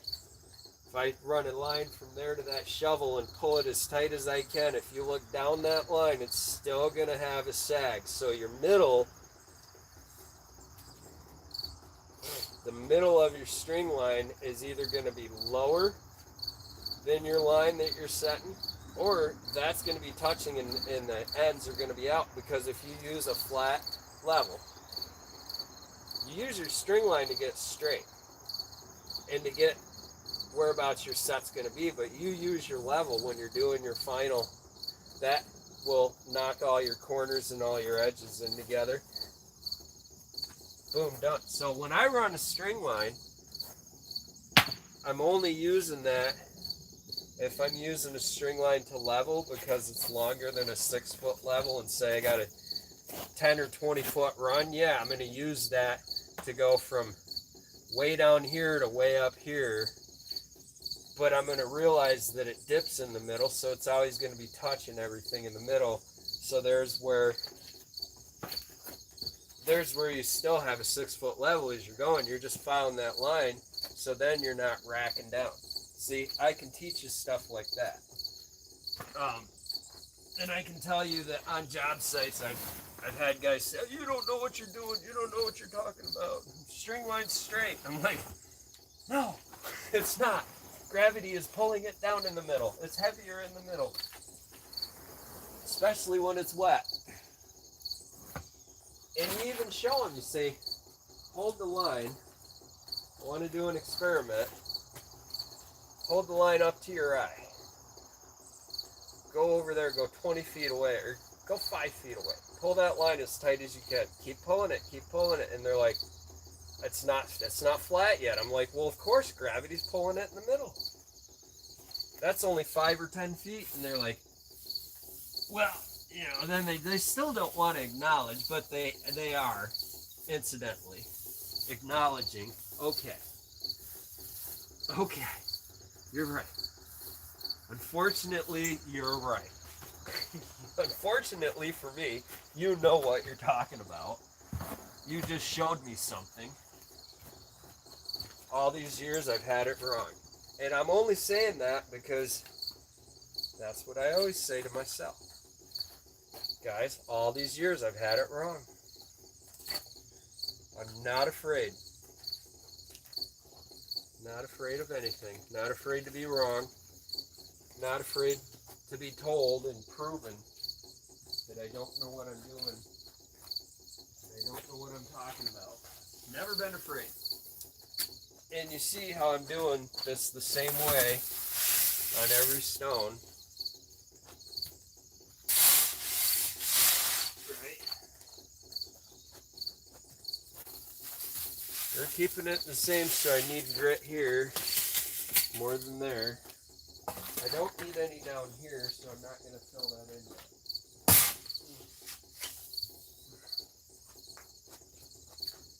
Never afraid to be wrong. That's the first step. That's the first step to succeeding at anything. I'm never afraid to fail. I'm never, you know, it's like if you've done things a million times, something a million times, and you're like, ugh, like I said, stones, ooh, this one's bugging me. Ooh, I just gotta, you know, like, you're nervous. If you're nervous about it, there's usually, like with sanding, I hate doing poly sand, right? That's why I'm babysitting it all the time now, because I don't have any control over that stuff. It's a man-made product where you really have no control over what it does. Even if you do it all, that's why I called the company and I'm like, tell me what I did wrong. It's the first thing I call the parts store. You know, I'll call the auto parts store and I'll be like, tell me what I'm doing wrong. I'll go to YouTube and I'll be like, tell me what I did wrong. Tell me what I'm doing wrong. That's the first thing I'm going to teach anybody anything. I mean, you can learn by watching here. You can go do this. Go get some stones and get a bag of gravel. You can do this in your living room. You can learn it if you're just doing it to learn it. A couple pieces of plywood, or even here's a simple one. Get some sand. Get some hobby sand and some little. Go get some flat rocks and make in a box lid. You can do anything that you want to do in any situation that you're in. If if you just put your mind to it and think resourcefully, like when you were a kid, right? People be like, I can't do that. I can't. If you're in school and you live in this little tiny dorm room the size of this tent, literally a 10 by 10, you got to learn that way. I mean, sure, you go to lab, you go to practice. So those are days that, you're going to find space to work that you either rent it or you don't have to pay for it. It's like when I was in masonry school, 10 hours from home, and I went to Masonry Academy to study like the ins and outs of commercial masonry, commercial like materials. OSHA, you had to take our certifications for OSHA stuff that was required as part of the company that I was with. I was in the union at the time, so it was all required, or it was not required. A lot of guys didn't do it, but for the part of masonry that I wanted to be in, I was restoration. You had to take a lot of scaffold and rigging training. You had to take a lot of OSHA stuff. We had to put a lot of hours in. And there were brick and block guys that went down there just for brick and block school. And that was 90% of it. Of the day was hand-eye coordination. They give you a task and you got to do it. And just getting your muscle memory. Then you could go on a job site and you could, after doing brick lines for a week or even 3 days, you could go on a job site and actually stand on the line with the journeyman. And you could do a few. You might be able to do a whole line. Run a whole set of strings. You might be able to do corner leads and end leads by yourself.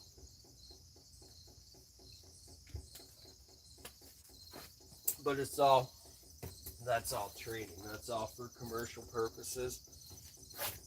But when I was down there for union school, I had carvings to do from here, from back home. And at the time,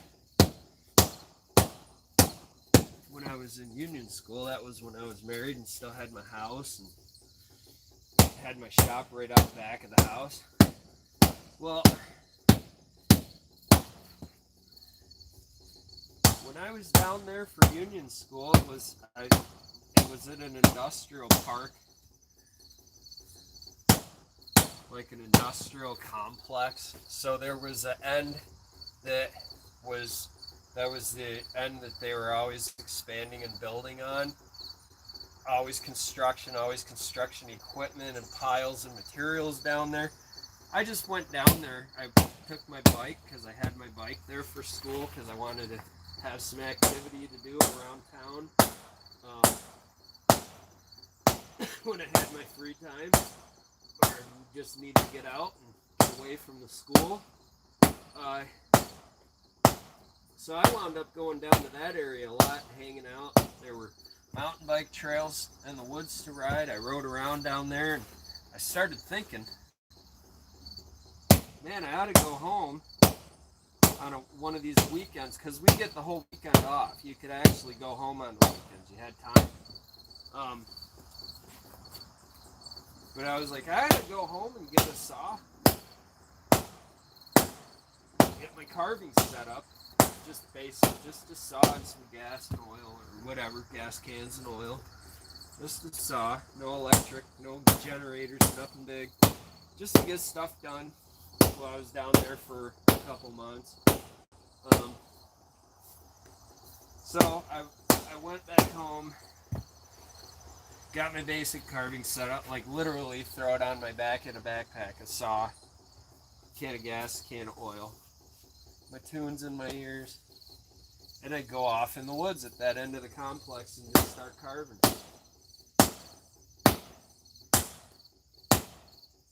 And I was calling around when I was down there. I called this guy at Ice Lab, a place called Ice Lab. He's doing pretty well now. I see him on the Facebook and the YouTube or whatever. He's doing a lot of big stuff now. And I went and visited his shop, and he invited me there to, he's like, oh, you can carve out here in the parking lot. Just bring your wood and you carve right out there. And at the time, his shop was in a real sketch part of town. So I decided not to be there. And that was the thing. After checking out that part of town, looking at where I was at, I was like, well, this ain't so bad. I can actually make this work where I was at. And the weird thing is back then, and I'd called around. I had called around to see if there were other chainsaw carvers in the state at the time who had places I could go. And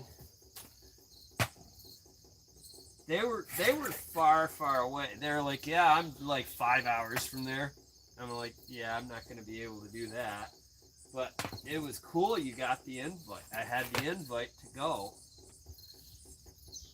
and check their place out. They're like, yeah, come by anytime. But they were so far and few between at the time. It's like I said, this Ice Lab guy, he was a small independent deal. He didn't even know if he was going to keep doing it at the time because it was at that transitionary period for us all.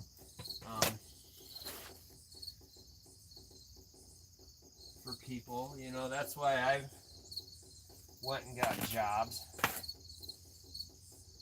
That's why I went and worked for companies at the time, because that's how you did anything back then.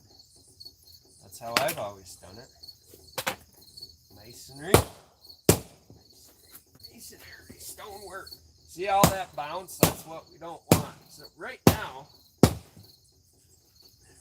I'm not trying to set the stone. I'm just getting the edge knocked in. So then I pick it up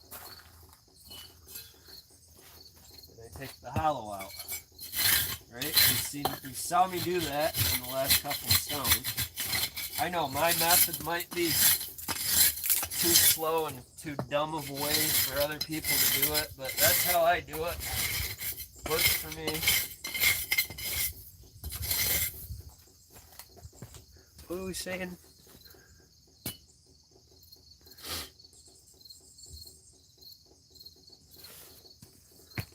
What?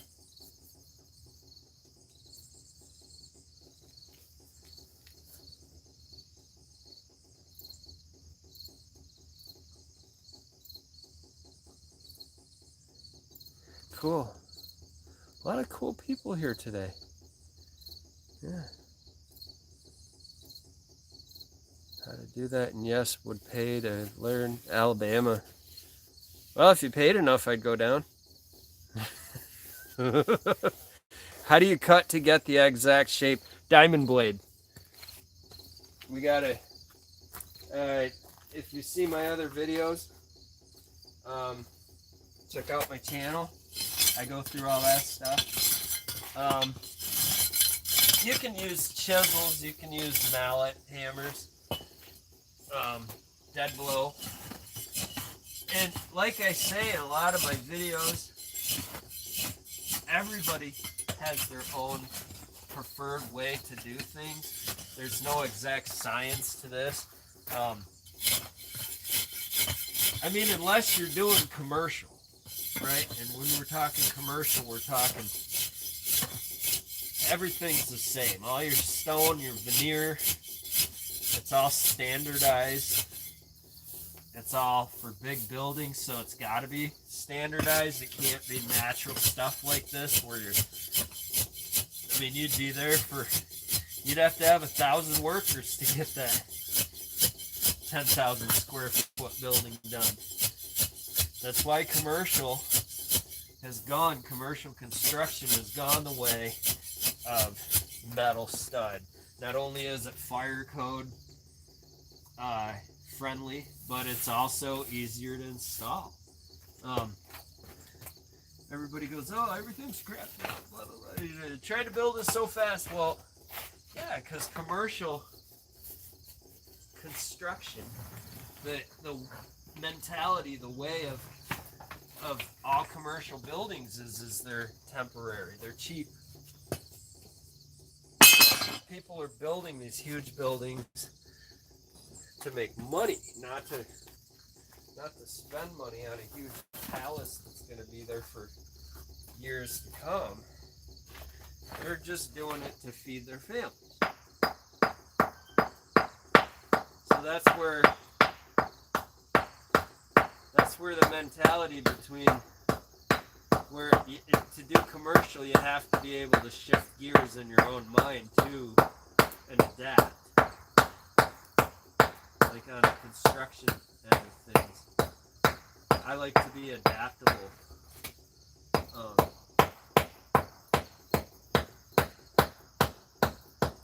I like to be able to do this kind of masonry because this to me, this is the artwork side of things. This is where I'm taking the time to chip every edge here.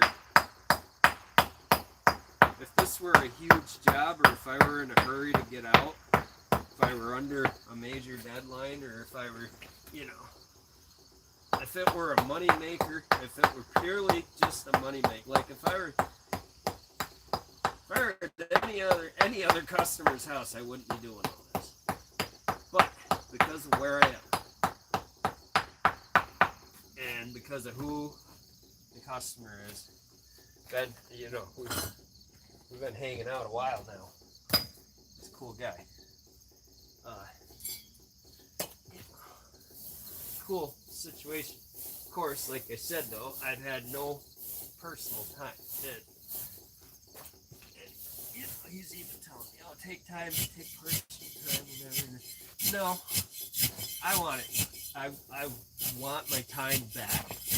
Where, yeah, if you need me for a day or two, come by and do something. That's the idea, is to form that bond, that relationship with a customer, where where I can do 1 and 2 days worth of work and then be free to go do other stuff, This has been a lot. There's a lot done here. A lot of stuff going on here. Been fun. Been real, and it's been fun. But it ain't been real fun. I'd rather be out on the boat. It's at the point where my whole summer's gone. Like, it's not his fault. It's mine. But I had a fair. I took a week off. Went to my fair. Yeah, check out the channel. Click on the icon, the little picture of the fish, or type in search bar Badass Wood and YouTube channel on the YouTube platform. You'll see my channel. I do a lot. I don't just do stonework, and I don't just chainsaw carve, and I don't just deliver food. You know what I mean? Like, people catch me in one video and they're like, "What? I thought you were a stoneworker. How come your name is Badass Wood, but you're not doing woodwork?" I'm like, not right now. Not at this moment. No, today is a stone day. Today's a DoorDash day. People do different things in their lives, right? It's like if you have kids, there's a perfect example. You have kids, just because they come from you, doesn't mean that they got to do what you do and think like you think. your kids don't fully represent you every single thing that they do. You gotta let your kids have a little bit of space, a little bit of independent thought. Right? I think that's where parents make a mistake, is every single thing that you do, it's like, you gotta give the kids a break, man. I think that's a lot of the problems now with kids. They haven't been given a break. They haven't been given the freedom that we used to have, right? Because back in my day, somebody would say that to you and you'd be like, yeah, right, Dad. Like, yeah, right. You know, and it's not because you don't respect your parents, it's just like, you don't want to be disrespected in your own way. You don't want to be disregarded. And that's something that you put up with a lot as a kid, was feeling like nobody was listening to you, feeling like nobody cared about what you thought. My day and age, a lot of our problems was isolation. Was being isolated. Your parents and adults always looking at you going, oh, you're just a kid. You won't understand. You can't do this. You can't. You know, like,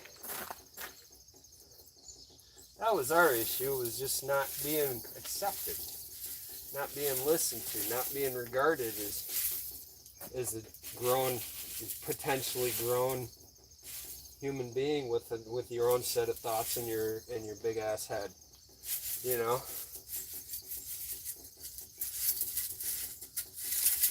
I mean, I think parents have it a little bit harder now than,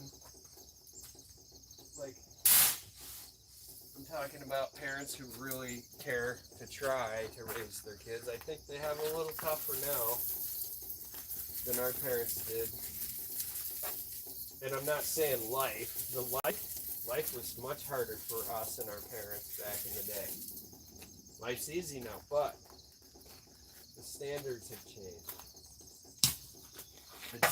The actual job of parenting a child now, so much tougher.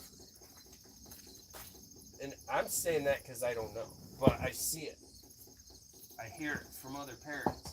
Well, I want him to, but, I'm being told this, or I'm afraid of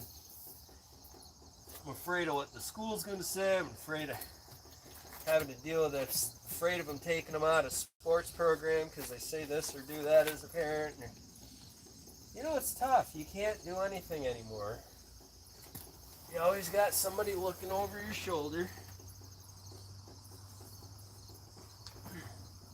And the best part is, most of those critics may not even be parents themselves, because most of us, the generation that's messed up right now, or as far as, that's having the problems, it's the generation, it's the kids 10 years younger than us. It's their children. And it's partly our generation, but it's the middle generation, because there is a middle generation. You don't just go down the line. There was our brothers and sisters who were 10 years younger than us. Some of them had kids early, and their kids now are all grown up and having their own kids. So that's a generation in between. That's a separate generation. See what I'm saying? We just go, oh, there's Gen X and Gen Y. No, there's the hipster kids. We missed the whole hipster boat. My generation missed that by a whole half a generation. That's a whole different half a generation. It's not a full generation away, because some of us adopted into that. Some of us went that way. They called it the millennials. That's the in between the hipsters and the XYers. Generation Y. And then you got Z, because you had Generation XY. See, Generation XY was in between your hipsters, millennials generation. So I know it's a little complicated, but if you look at history and you look at how these things work, nobody talks about the half generation. Well, it's that generation, it's their children that were the beginning of this whole new mindset of hover trophies for showing up. You know, it was the trophies for showing up thing that really started screwing kids up. Oh, we showed up, we should get a trophy. No. No, you don't. Losers don't get trophy. I mean, we had, all right, there was a trophy for the season, right? Your team got a trophy for being in the season in Little League. You each got a trophy for showing up and participating every day, showing up to practice, working hard. You got a trophy for that. You got honorable mention. But that was as a team. That was at the end of the year, the team banquet. You did not get a star player trophy or the star player awards, rewards. You didn't get A's in school for not doing your homework. Or for not acing it. Sorry, you didn't get A's in school for not acing a test. You still would get a good grade because you tried, but if, like me, you're too dumb to learn anything, you would never see an A. You'd never, I mean, that best I got was B's, and I was always told, bring your average up. I was like, dude, I got a B. That's amazing. That's the first time I ever got a B. You know, and I was like, hey, look, I got a B. And everybody's like, but you should be an A student at this. No, actually, I should, because I don't understand what I'm reading or being told to read. I don't understand it. I didn't start learning anything until like the age of 40. Like, seriously, guys, I had a learning disability. I was always good at teaching things. At a young age, I was a ski instructor. I was a mountain bike coach, I guess you could say. I took people on trail adventures, and, you know, I got those kind of jobs, the camp counselor, whatever. But it became babysitter. That's why I was just like, oh man, I gotta get the bus. And it wasn't that you get the special kids. I would love to get the groups of special kids because they were chill and they would follow you and they would listen, and if they didn't know something, you'd be like, all right, everybody slow down because we don't want to lose our friend here, you know, like, she needs your help. Let's help. That's what we're here for. If you want to go off and race down the hill at 1,000 miles an hour, well, you can go do that after our lesson is done, after the group ride is over, you know. Never had a problem with those kids, ever. The special needs kids. It was always the rich kids, or the kids who had everything. Their parents took care of them. The A students, the kids who got A's in math and science, those are the hardest kids to deal with, getting them down the mountain, because they were frustrated that they weren't learning they were frustrated, I'm not good enough. she's better than me. She's better than me. And I mean, no, they're not. They're not better than you. They're just going fast, you know, like, well, I want to go fast. Well, do you get scared when you go fast? Yeah, that's why I don't go fast. Okay, so if you get scared when you go fast, then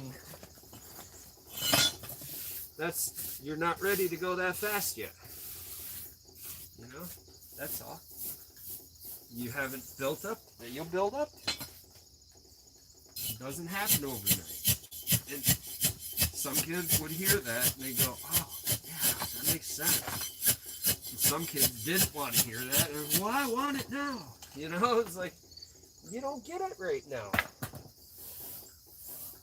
How are you getting all those A's in school? How are you doing good in school? Do you get it right now? Are you cheating? Is it just handed to you? No, you have to learn it.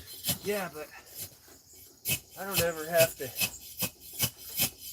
learn that stuff. I'm really good at that. And I said, yeah, you're really good at that. You're not supposed to be good at every single thing in life. Some things you might love to do, but you're not very good at it. But you still want to do it, and you're still good enough where it's worth your time to do it. I don't know. We just have this like success, try, failure thing in life now. Even as a society, I think we've gone a bit over the edge on things with the success, try, failure quotient in life. We always get frustrated because we're not good at. See, I get frustrated because this isn't.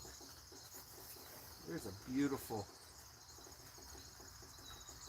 fossil right there, I think, unless it's from the saw.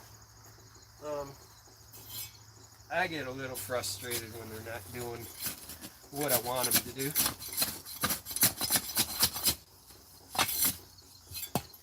But they will eventually do what I want them to do if I just keep working at it. You'll find the bad spot. You'll find the bad spot. Just keep going around it.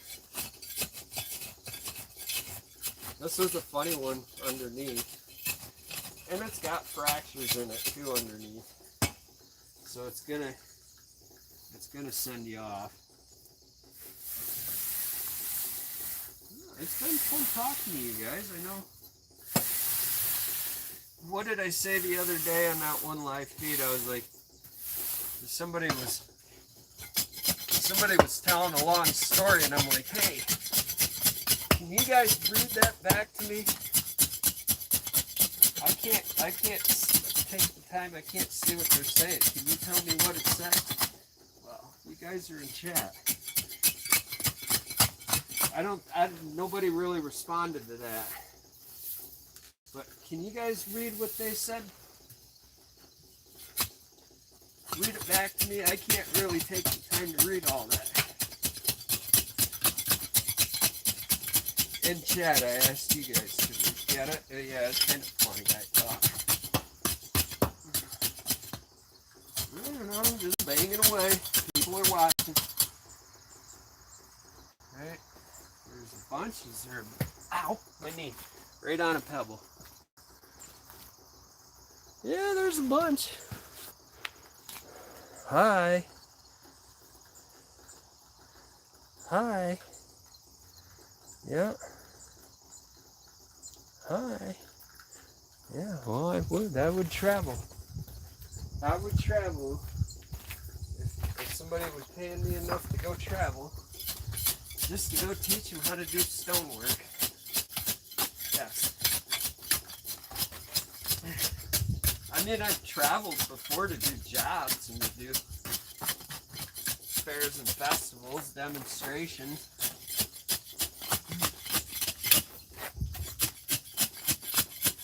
I've traveled before to go teach other things like skiing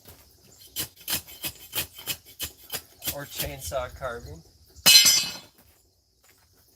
I was traveling about 3 hours away down to a guy's place a few years ago, probably maybe 10, 15 years ago. I was traveling down to his place and teaching him how to carve and helping him set his shop up, and I was getting like, I think it was 600 a weekend. It was like 300 a day, and we were actually taking jobs on, like booking a stump job, and then I was helping him start the stump job. And then I would get a stump job and I would go do my stump job and come down to hang out.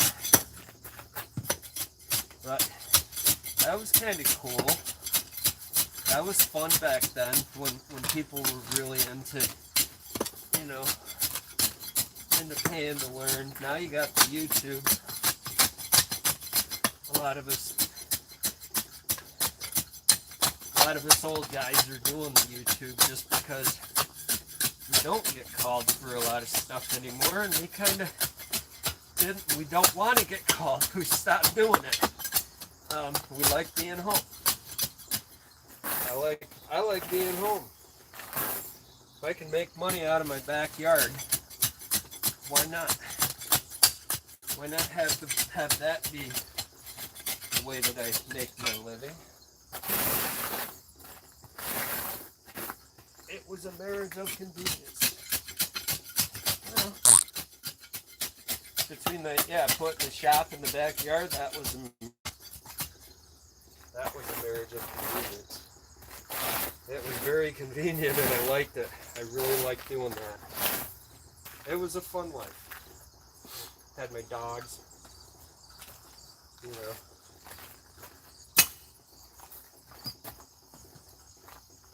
Had to go up front, check on the dogs. I was like, yep, here's my walk to work. When I was doing it full time and I couldn't leave the house. Well, it was when I was traveling for shows all the time. And so I'm gonna do the wrong thing here. Don't hate me for this.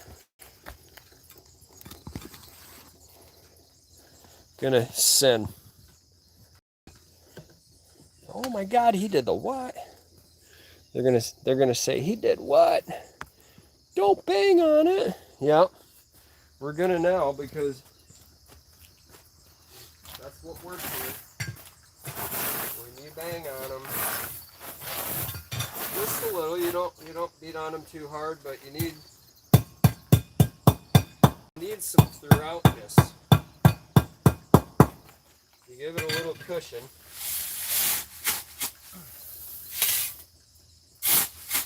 And this will set them all up really nice. Sometimes you just need that extra weight, that extra thunk. And you can hear it in the stone, you can feel it. If I stand right there, I put my foot right on that joint where the two are overlapping.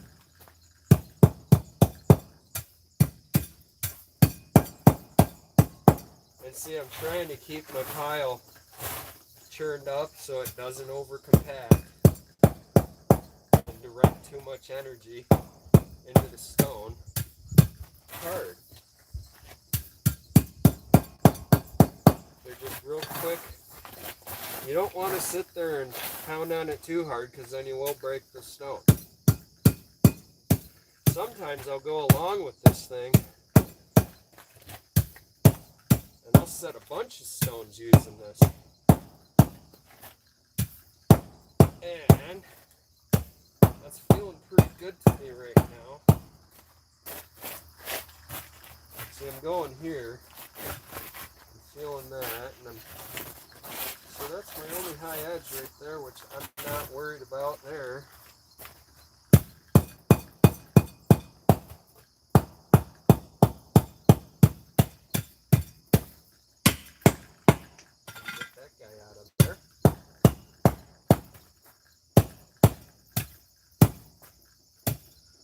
Thanks for hanging out, guys. I really appreciate the participation. All right.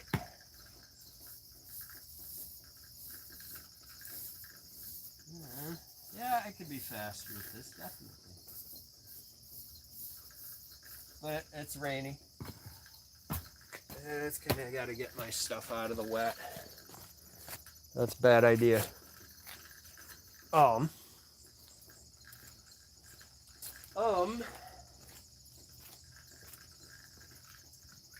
guess the only thing to do is to take one of these guys. Take one of their chairs and set me up. Set them up. Now it's going to get tricky. I got to switch all this. Give me a minute here. All right, well, I think I'm about to boot out here soon. I don't know, what do you guys think? Should I stay forever? Hola. Hola. Hola. Is that French? Spanish. Spanish. Hola. Hola, mi amigo.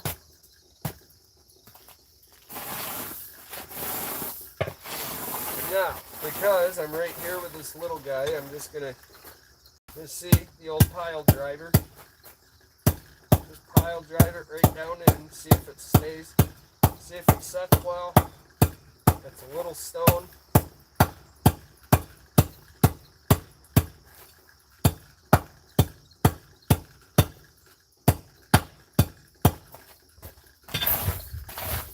I kind of like that. And see. Okay, so that's low there, that's low there. So we're just gonna make it work. And here I'm gonna check my leveling from this point to this point. You guys are even seeing what I'm doing. Sorry, my bad. My bad. There. Is that better? Is that better? Here, we'll move you in. Maybe you can see what I'm doing here.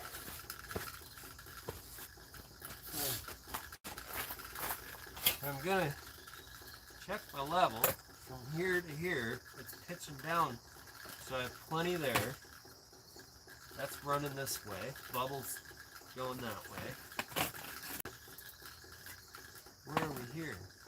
Bubbles going that way. So yeah, just lift that little blue stone up and stamp it back in.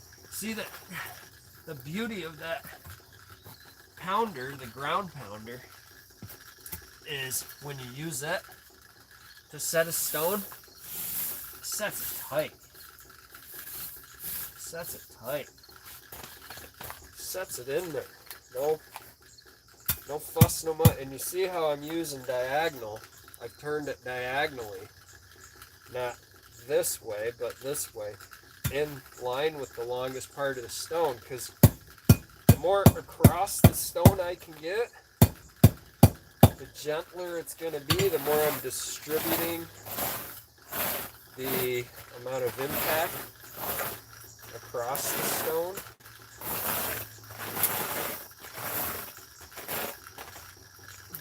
And you can do this thing again.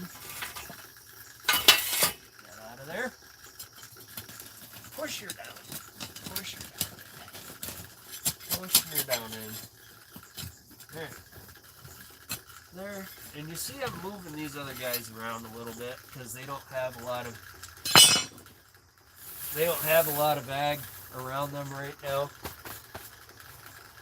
I'm trying to leave them loose in case I gotta do something to reset them. And it's that simple. It's really that quick. Boom, we're flat. Boom, I love it. I might lift it one more time because it still feels like it's pushing down a little bit. here and there. And you want to be careful how much you get under it, because you can break it. I still might break it. Yeah, I still could break if I'm not careful. Rainy day, you hear the gutters. Rainy weather. I'm waiting for rainy weather. I do like rainy weather. I have no problem with it. I mean, there's those belligerently downpour days. It's like, yeah, I'm just going to take the day off. No point in being out here. But I knew that today was going to be a really nice drizzly day. Cloudy, wet. And there's that. We're done. That's it. I'm happy. Now I can move on to here. I'm going to leave those guys for now. I'd like to get the line. I'd like to get the line out here done before I get that, because this is my pitch and my run are all running off of here into there. So that's going to be my off areas.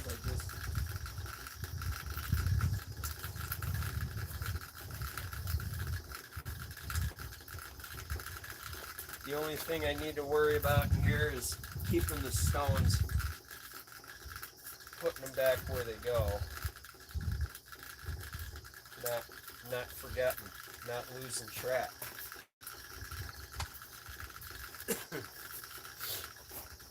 And you see I got a real thin one for right there. I put the real thin ones up against the building where there's not going to be traffic. There's not going to be a lot of foot traffic, if any. Also being up against the building, that edge is fully secured. So there's going to be a lot less chance of that stone getting undermined or having major attrition where it's going to be a failure. Out in here, I wouldn't put a stone that thin out in here.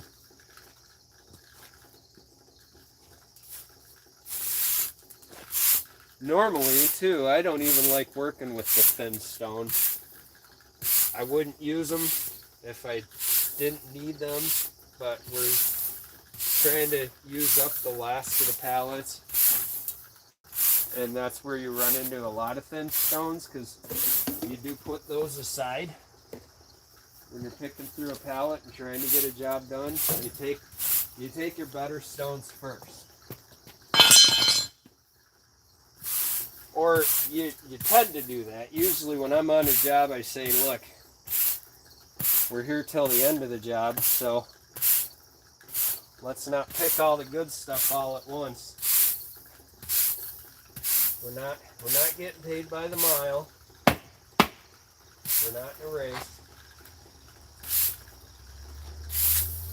We're getting paid either by square foot, which, you know, is the job takes as long as it takes when you're square footage.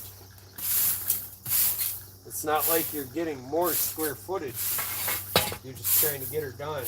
But if you take all the good stuff at the beginning, now you have to go spend the money to get more good stuff.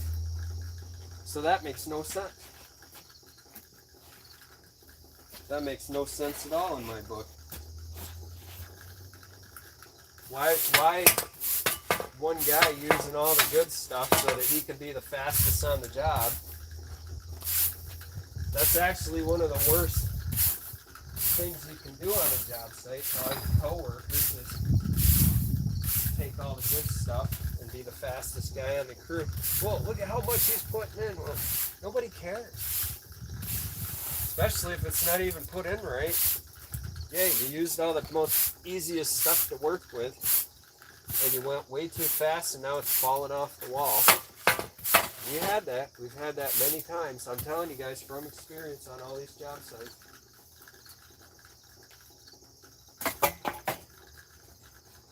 If you don't like how I do things or what I'm saying, don't listen. Go do your own thing and be amazing at it. I don't care. I'm not amazing at what I do. I'm good at what I do, and I do a good job. Right? I put my best foot forward, and I like what I do. See, I'm not in a huge hurry here.